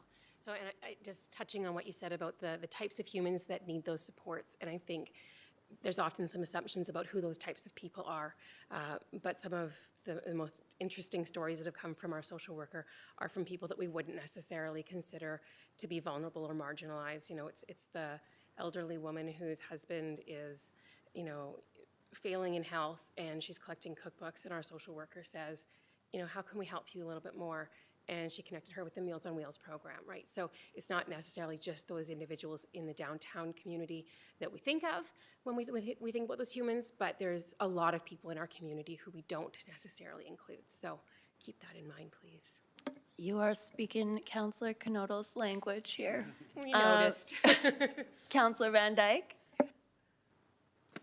Yes, thank you. And through the chair, my question is very similar, a little bit like Councillor Knodel's. So the Medicine Public Library has basically functioned as a daytime shelter in our community for as long as I can remember, over 20 years.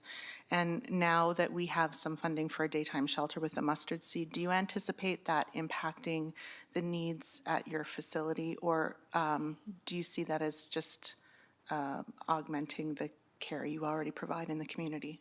I think it's another Dixie Cup bailing out an ocean, I would say. You know, I just don't see any end to the need. And people, you know, some people will will have a favorite place. People want variety. They don't want to go to the same place, you know, all day, every day. And I do think too that what we offer is a little different. I think a day shelter, you know, they do what they do better than we can, but we do what we do, and there's something there too. And what we do is that we're not a silo, we're not a warehouse. People come to the library and it creates potential for social connections. That's something that we're really interested in. We actually have some programs. We, as well as a social worker, we have a casual cash employment program that's getting funded by community housing. And one of the big goals of that is to have people who are marginalized have connection or contact with middle-class people in the community. And one of the strongest outcomes of that program is actually people, they get paid, but it's not the money. That's not the number one thing they mention when they talk about what they get out of it. It's the social connection. It's the feeling of belonging in the community. Councillor Robbins. Thank you, and through the chair, Ken and Rebecca, thank you for coming to my office today. It's so nice to see you both.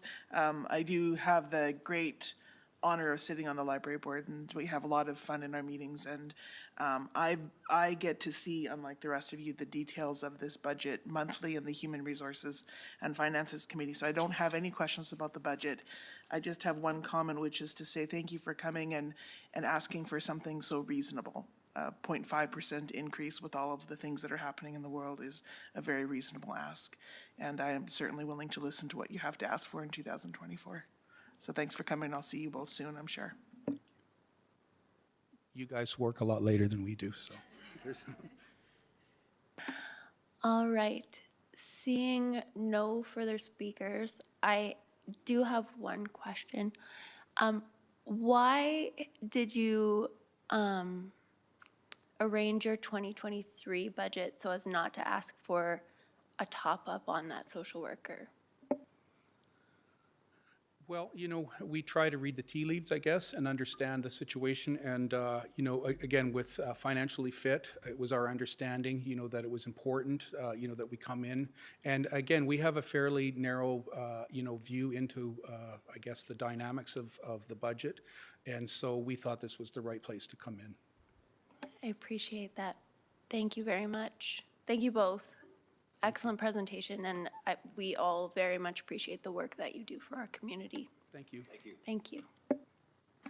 Your Worship, would it be appropriate to move that the police 2023-24 capital operational budget presentation and the library 2023 budget request presentation be received for information? Well, we already have them, so I don't know that, I thought we didn't need to do a motion for information, but sure. I'll second. All right, let's vote on that. Thank you.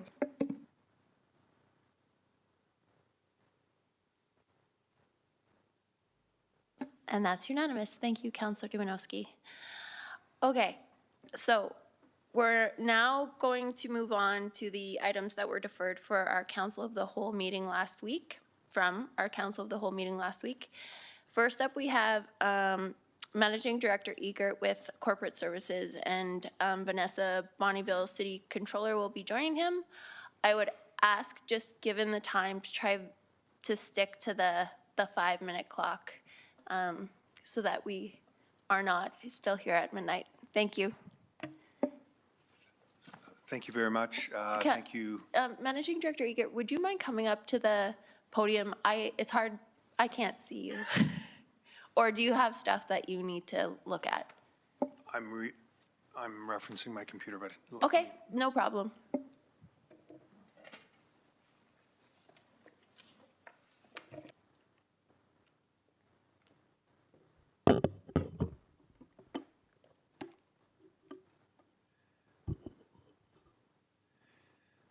All right, good evening. Thank you for the opportunity to share the Corporate Services Division 23 and 24 business plan and resulting budget. So this Corporate Services Division consists of 4 departments: Human resources, finance, corporate communications, informational technology in each department is led by a director who is joining us online through Microsoft Teams. The corporate service business plan and related budget includes a purposeful strategic reinvestment of 9 people resources in order to proactively advance council priorities as well as to continue to deliver day-to-day services that are expected by the organization that we serve and the community. Key budget figures that are included are approximately $30 million of annual expenses, 164 PEP employees, and further over the 2 years, 2023 and 2024, we've included $3.3 million of capital assets and $1.9 million of major operating expenses.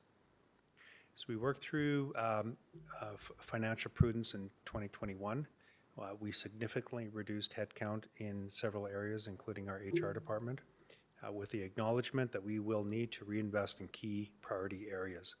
We want to be clear that we're not backfilling what we previously had, but rather identifying those areas required to be successful into the future. I want to highlight each area just briefly. Human resources, we are requesting 7 new PEPs, 1 manager for health, wellness, and safety, 4 frontline technical and professional staff, 2 being HR advisors and 2 being organizational development consultants. In addition to that, there's 2 frontline administrative support. The rationale as part of the reorganization in 2021, this department was significantly cut back. The 7 positions are frontline workers to support our strategic human resources initiatives related to organizational development and corporate health and wellness areas.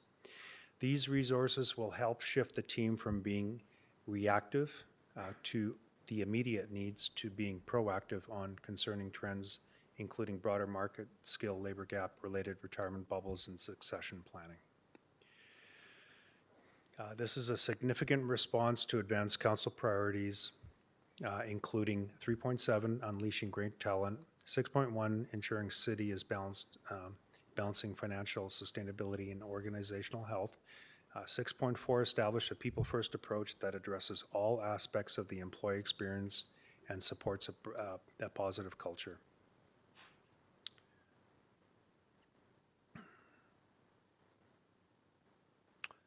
Briefly, the key objectives for HR is to, number 1, attract and retain exceptional talent. And number 2, HR process modernization and capacity expansion. Number 3, diversity, equity, inclusion, and accessibility. And number 4, engaged employee experience. And this last one here is to deliver a people-first approach, approach to designing and delivering HR services to the organization. That's HR.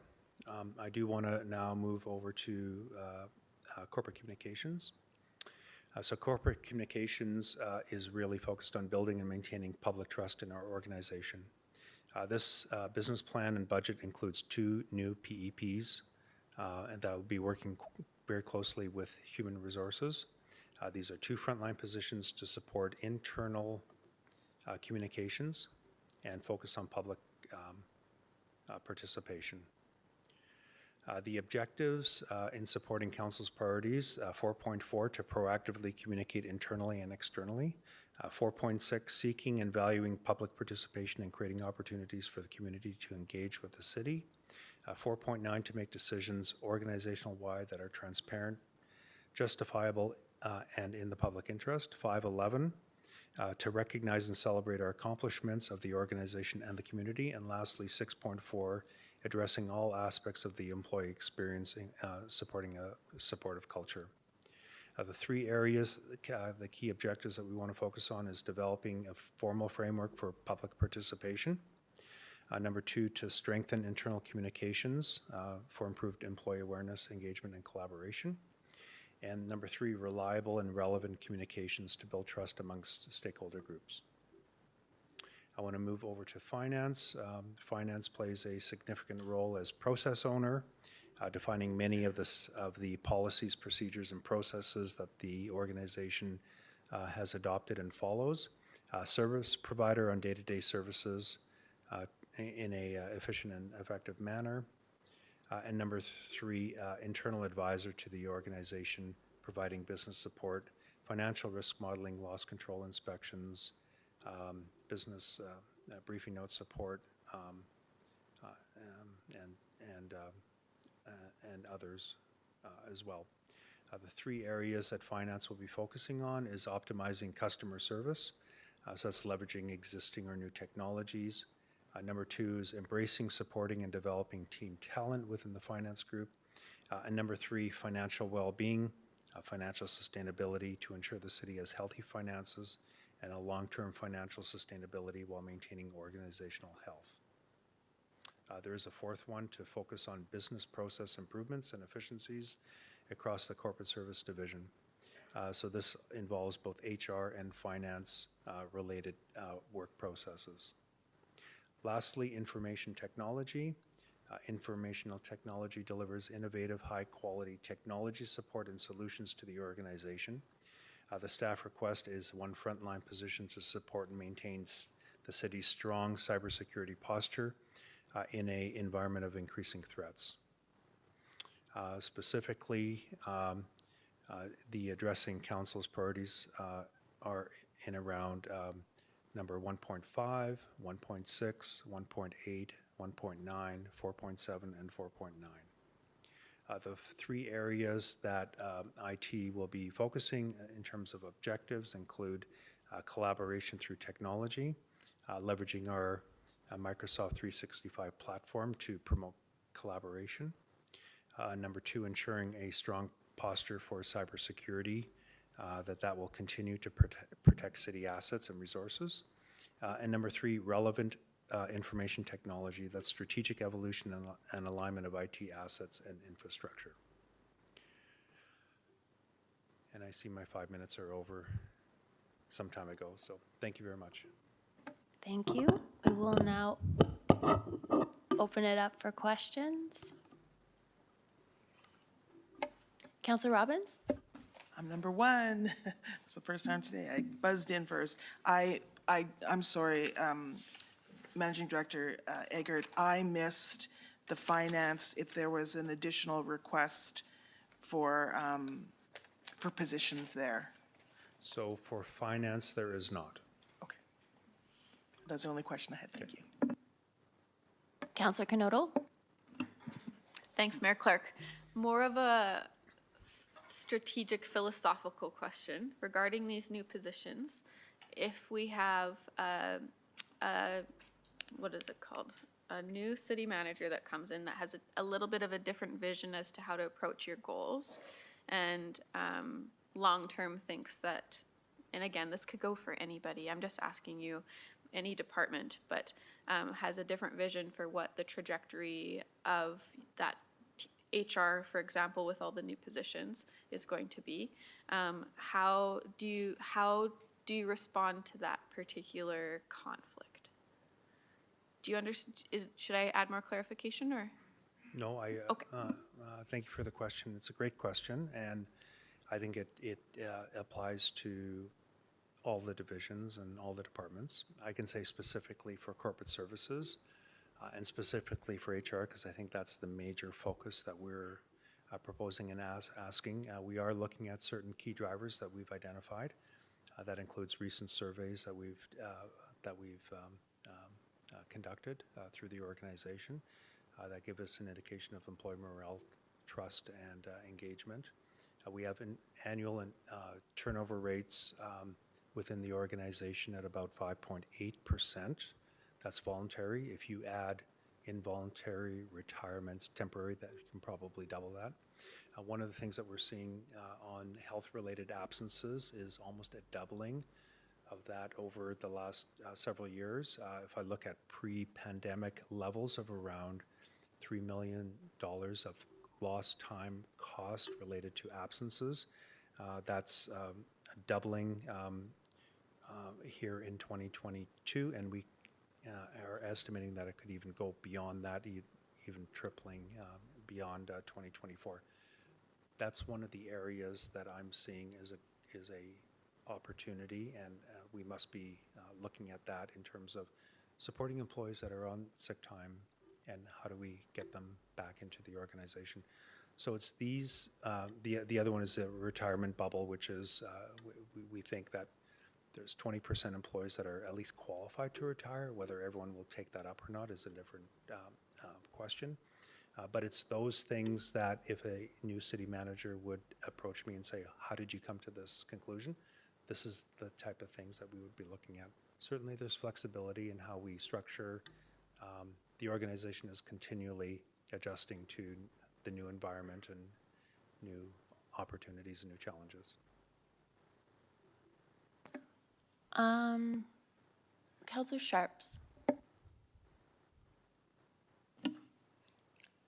So, kind of a question, but kind of a statement. So as I'm looking at all these numbers, and I agree, you know, a part of me is like, we need a city manager to make some of these decisions in case their vision is completely different. And the next thing you know, we have layoffs, and I don't want to be doing that. But I think one of the things when it looks at HR, I'm obviously a big supporter of HR, but we have an open director CHRO position, and I think that's kind of a key position to have before these recruitments hire, because again, their vision might be completely different. They may want to silo the organization differently. They might not want HRBPs, and then we've got a whole entourage of people that changes everything. So is there a thought behind waiting until the CHRO is hired and the city manager, so when we do have leadership in place, we're ready to execute their plan, not lay off and redo another plan? Yeah, that's a great question. And I know with the HR director, we've been waiting a year already. I think now's the time to start recruiting. I believe that with recruitment, there is flexibility in terms of how the organization is structured, how HR is structured, for example. There's flexibility in there, but for the organization and for the department, we need certainty in that area and move forward and start delivering some of these programs. The same case would be for the city manager, and absolutely the goals, objectives, the new city manager would set with council, would define what happens in the organization. But in terms of delivering day-to-day services and some of these strategic objectives that we've outlined and defined, I think that'd be my recommendation, is to continue with that. So can we tie back these positions to actual deliverables of programs? And are we saying, I guess what I'm hearing, Managing Director, is that if we add more people, we're going to solve our turnover issue. And I don't know that I agree with that comment. In general and whole, when you talk about turnover and you talk about culture, it's not usually a people issue. It's usually an accountability issue versus a numerical issue. So there are specific objectives that we have identified and that we've tied to council strategic plans. And those are very well connected, and we have an action plan for each of those. These are typical KPIs that, for example, an HR department would follow, and we heard loud and clear from our engagement surveys, from the community survey of what we're seeing out there, and so now we need support and resources to support the organization through these things, and so that's my response to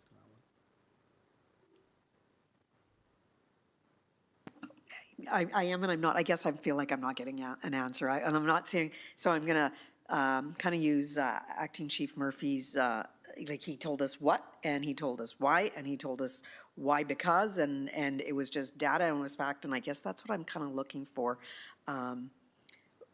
You know, what are these seven, like I'm just using HR as an example right now, but it's going to be the same question I ask every department other than Managing Director Mains, because he only had 4 and he already told us what they were for. So every other department I've got this question: what is the purpose? What are they going to execute? And what do we hope to achieve? Because I agree that the survey said lots of different things, but I guess my interpretation of the survey wasn't we need more people, was we want more accountability. But I'd just love to understand it and tie it together. I know that Stan Schwarzenberger is on the line. And if we can go into some details related to what each of the positions are intended to deliver, if that'd be useful, we could do that. Yep. I'll defer to council because it is 10:30 and I'm sure they want to kill me right now, so for even asking.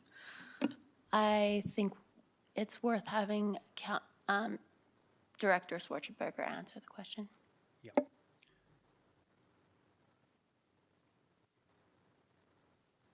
Thank you, Madam Chair. I may lose audio. If I do, just tell me, and I'll switch out of my headset. I think the underlying philosophy is we've got Managing Director Eggert has identified some of the lagging indicators of what those surveys have been telling us. We've got low engagement, we've got low morale, and we've got low trust throughout the organization at a number of levels. And it's showing up also in the sick time off numbers that are going up and costing the organization really big numbers, millions of dollars a year and growing. And we're seeing more turnover than we would hopefully expect in a more healthy culture organization. So yes, we're recommending investing in additional positions in HR to help on two fronts primarily. One, with the recruiting side to recruit key people, the right fit for the organization. The other is to work with the employees we've got, leadership at all levels, to develop their skills so that they can be effective and develop cultures, strong relationships with their teams throughout the organization, so that over time the trust will build. There'll be hopefully immediate or improvement regarding the understanding of employees about where they fit and how they contribute to meeting council objectives, and feeling more engaged and more productive and feeling more appreciated at all levels through the organization. That's really done through developing the skills of the leaders at all the various levels. Do we expect 100% success throughout that? No, there may be some instances where we just recognize there isn't a good fit, and then we've got to look at some other options. But we're looking at this as a way of investing back into the organization and providing our leaders at the various levels more skills to be able to be more effective with their teams throughout the organization. So hopefully that answers a little bit of the question. And the other aspect of this is working on some of those strategic objectives as well, associated with succession strategy, succession planning, preparing leaders for the next step in the organization as we go along. And also focused on the inclusion and equity and some of the other truth and reconciliation objectives and priorities that have been endorsed by council that HR will be assisting cultural development and the rest of the organization in fulfilling and achieving. I don't want to go on too much longer. Hopefully that helps address the question, Councillor Sharps. Yeah, you're going to hate me. No, not at all. So would it be too much to ask, maybe not for this meeting, but for the next one, a very clear, these are the 7 positions, this is what they're going to be doing, and this is what we hope to achieve? Yes, we could take that under advisement and achieve it and do that for you. I would appreciate that. Okay, I have a couple of questions. So one of the specific priorities for council that's in our strategic plan is to aim for a one-window interface with the city. But I note that the only item on the capital planning budget that was a pathway to 311 was not approved. What in your division is being done to target the achievement of that priority for council?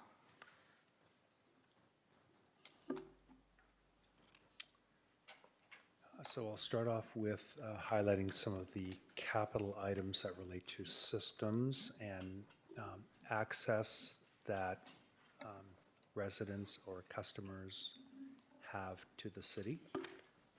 Just bear with me for a second. I have to get another document, I'm sorry.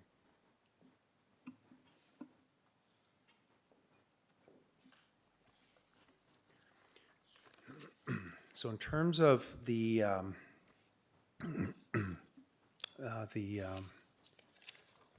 capital budget and the MOE budget for corporate services, we have a few items that we've included. First of all, general ERP enhancements through HR and through finance. Can you try your best not to use acronyms? ERP? Yep, enterprise risk,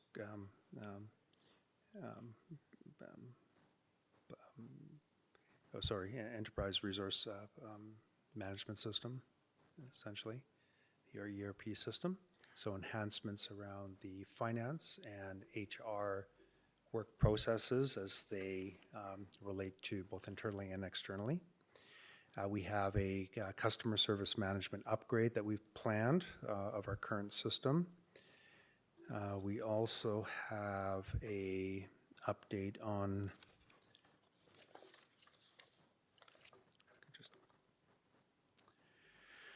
general capital infrastructure program upgrades in 2023 and 2024.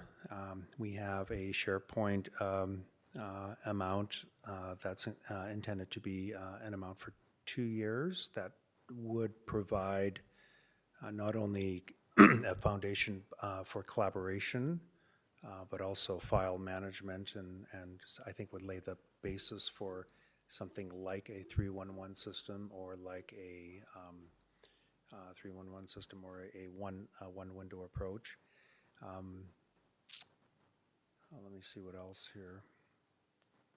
Yeah, when I look at the some of the components of a sort of a 311 or a one window approach is in terms of how does the customer, how does a resident interface with the city? What is the process they use? What's the work process we use? And some of the underlying foundations are being put in place.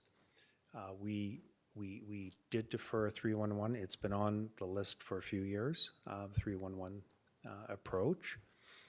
We've done a lot of things in the background. I think that would lead us towards that, including CityWorks or the implementation around CityWorks in terms of how maintenance work orders are prepared and so forth. So it's a long answer to a short, maybe a short question in terms of what else are we doing that would lead to that.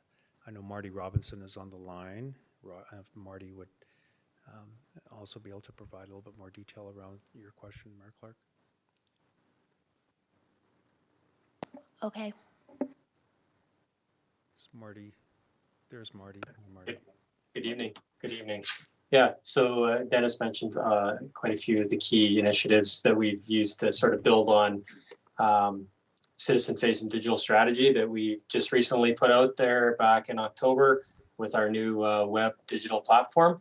The pathway to the 311, as Dennis mentioned, has been on the budget for, or been on the books for a while and has been getting deferred. But the collaboration ecosystem that we proposed, at least from the IT perspective, is really a foundational piece for programs or initiatives or concepts like 311 or One Window or whatever else business units may want to put in place.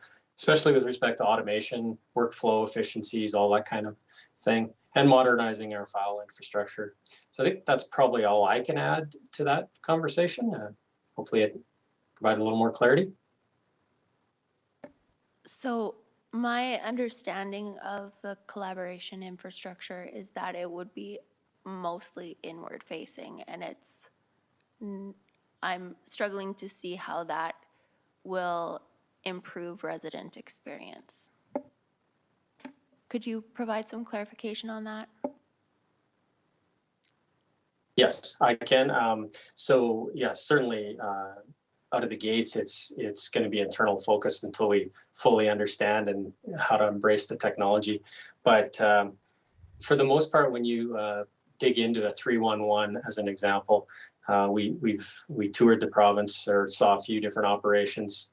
The key to 311 is common information, common FAQs, collaboration on building standard operating procedures, things like that. That's internal, but it produces what you need for a quality 311 facing out to the citizens. It allows your employees to get there using modern technology.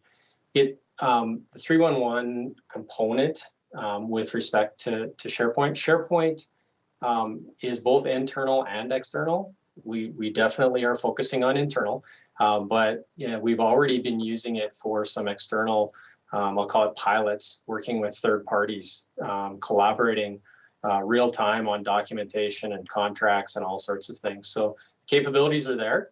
Certainly the external piece would be a second step once we're comfortable with the technology and across the organization. So what would be your timeline for achieving the priority outlined in Council's strategic plan regarding resident experience and interface with the city? Through the chair, I think we've been working on that for a couple of years. The citizen-facing digital strategy was a big piece of it, and we continue to build on that. Every quarter, we're basically doing a release of more information, more services, more tools available to citizens.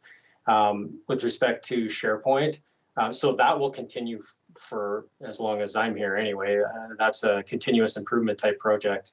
And building on the back end of that digital platform, we can connect into all our other systems and start offering more and more services to our citizens.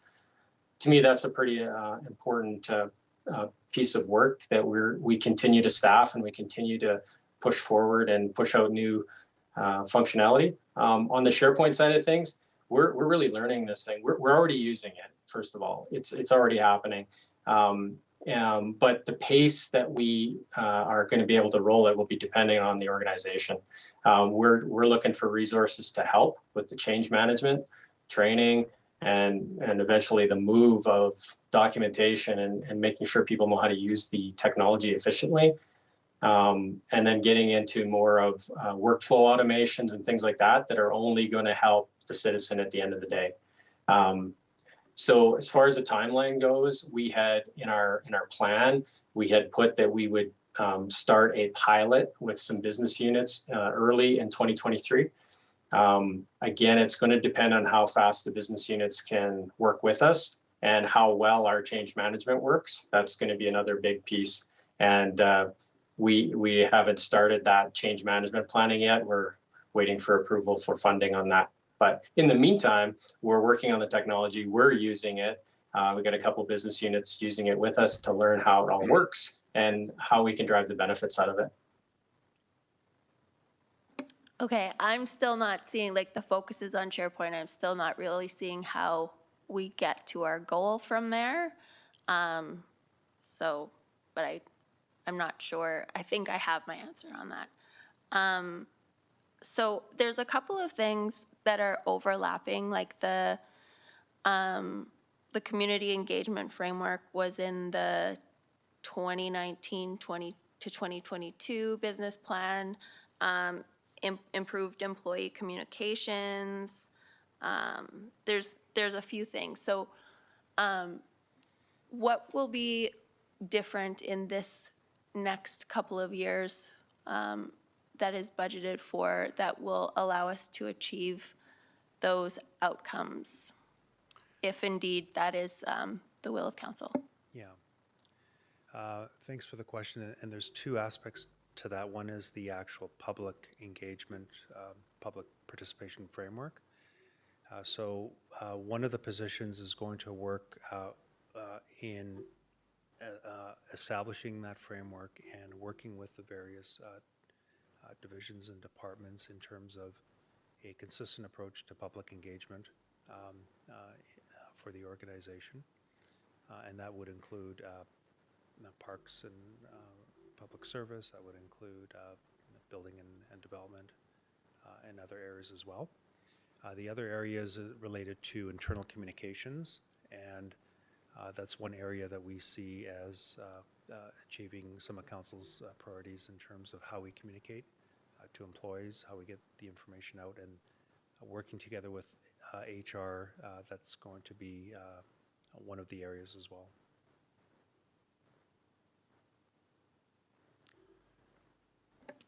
Okay. Will be my last question. You mentioned that the new employees for HR and communications are not just replacing the people who were laid off in Financially Fit. Can you explain what the difference is?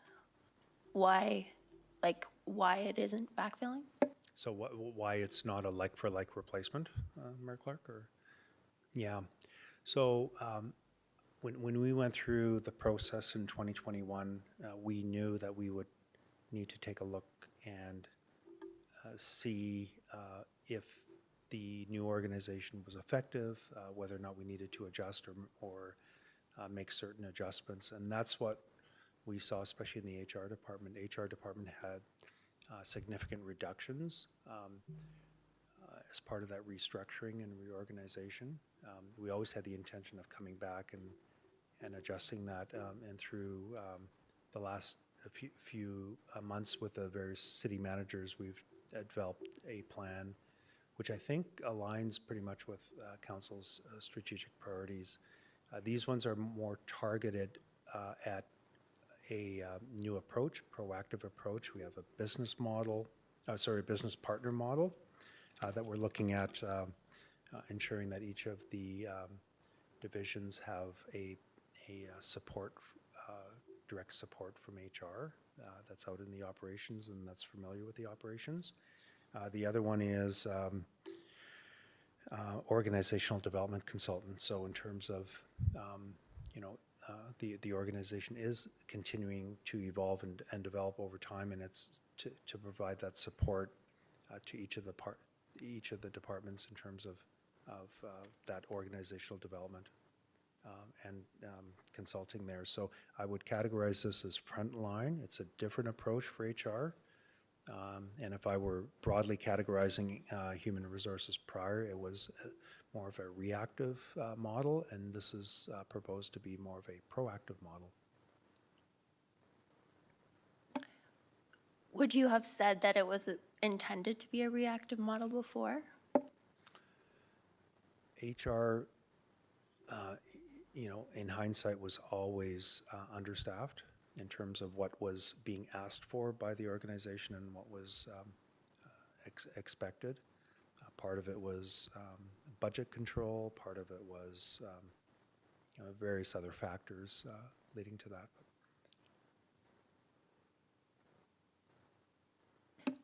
Okay, any further questions or comments? And we have Managing Director Egert's team, I believe, has been updating the website with questions and answers, and that continues to be updated as council asks additional questions on a daily basis. So yeah, you can check in there. And I can provide an update, Mayor Clark, on that one. So we do have a section on the public website under proposed budgets that includes information that council has requested. And specifically from last week's meeting, council committee as a whole There was 5 or 6 questions that were asked, and so that information has been provided back to council as well as posted on the website. So that was the question, that the 6 questions that were included in the minutes. So as we continue to get questions, either from tonight or until the next meeting, we will try to get those Q&A answers and commentary onto the website as soon as we can. Okay, thank you. And just maybe a comment. So it's not that I'm anti-collaboration infrastructure or SharePoint. I am happy to hear that change management is happening. I think I'm just looking for some comfort that we're going to get there, and an understanding of the plan to get there. So if you have additional information to offer in that regard, it would be appreciated. Okay. Thank you. Thank you.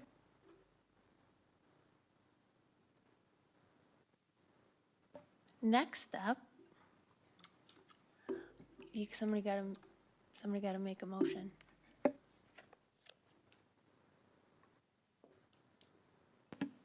I'm going, before we, because our procedure bylaw limits how long we can sit without a motion, but I'm going to make an motion at this time that we adjourn this meeting. Second. So would the motion be to adjourn the meeting and postpone the remainder of the items until December 5th council meeting?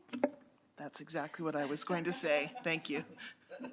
Postpone to accept. December 5th. Sounds great. Okay, and you seconded, Councillor Canoto? Yeah, do we need to approve the minutes or adopt the minutes from the committee of the whole meeting? We will postpone them. Yeah. Oh, okay. Yeah. Sounds good. So we'll vote on the motion.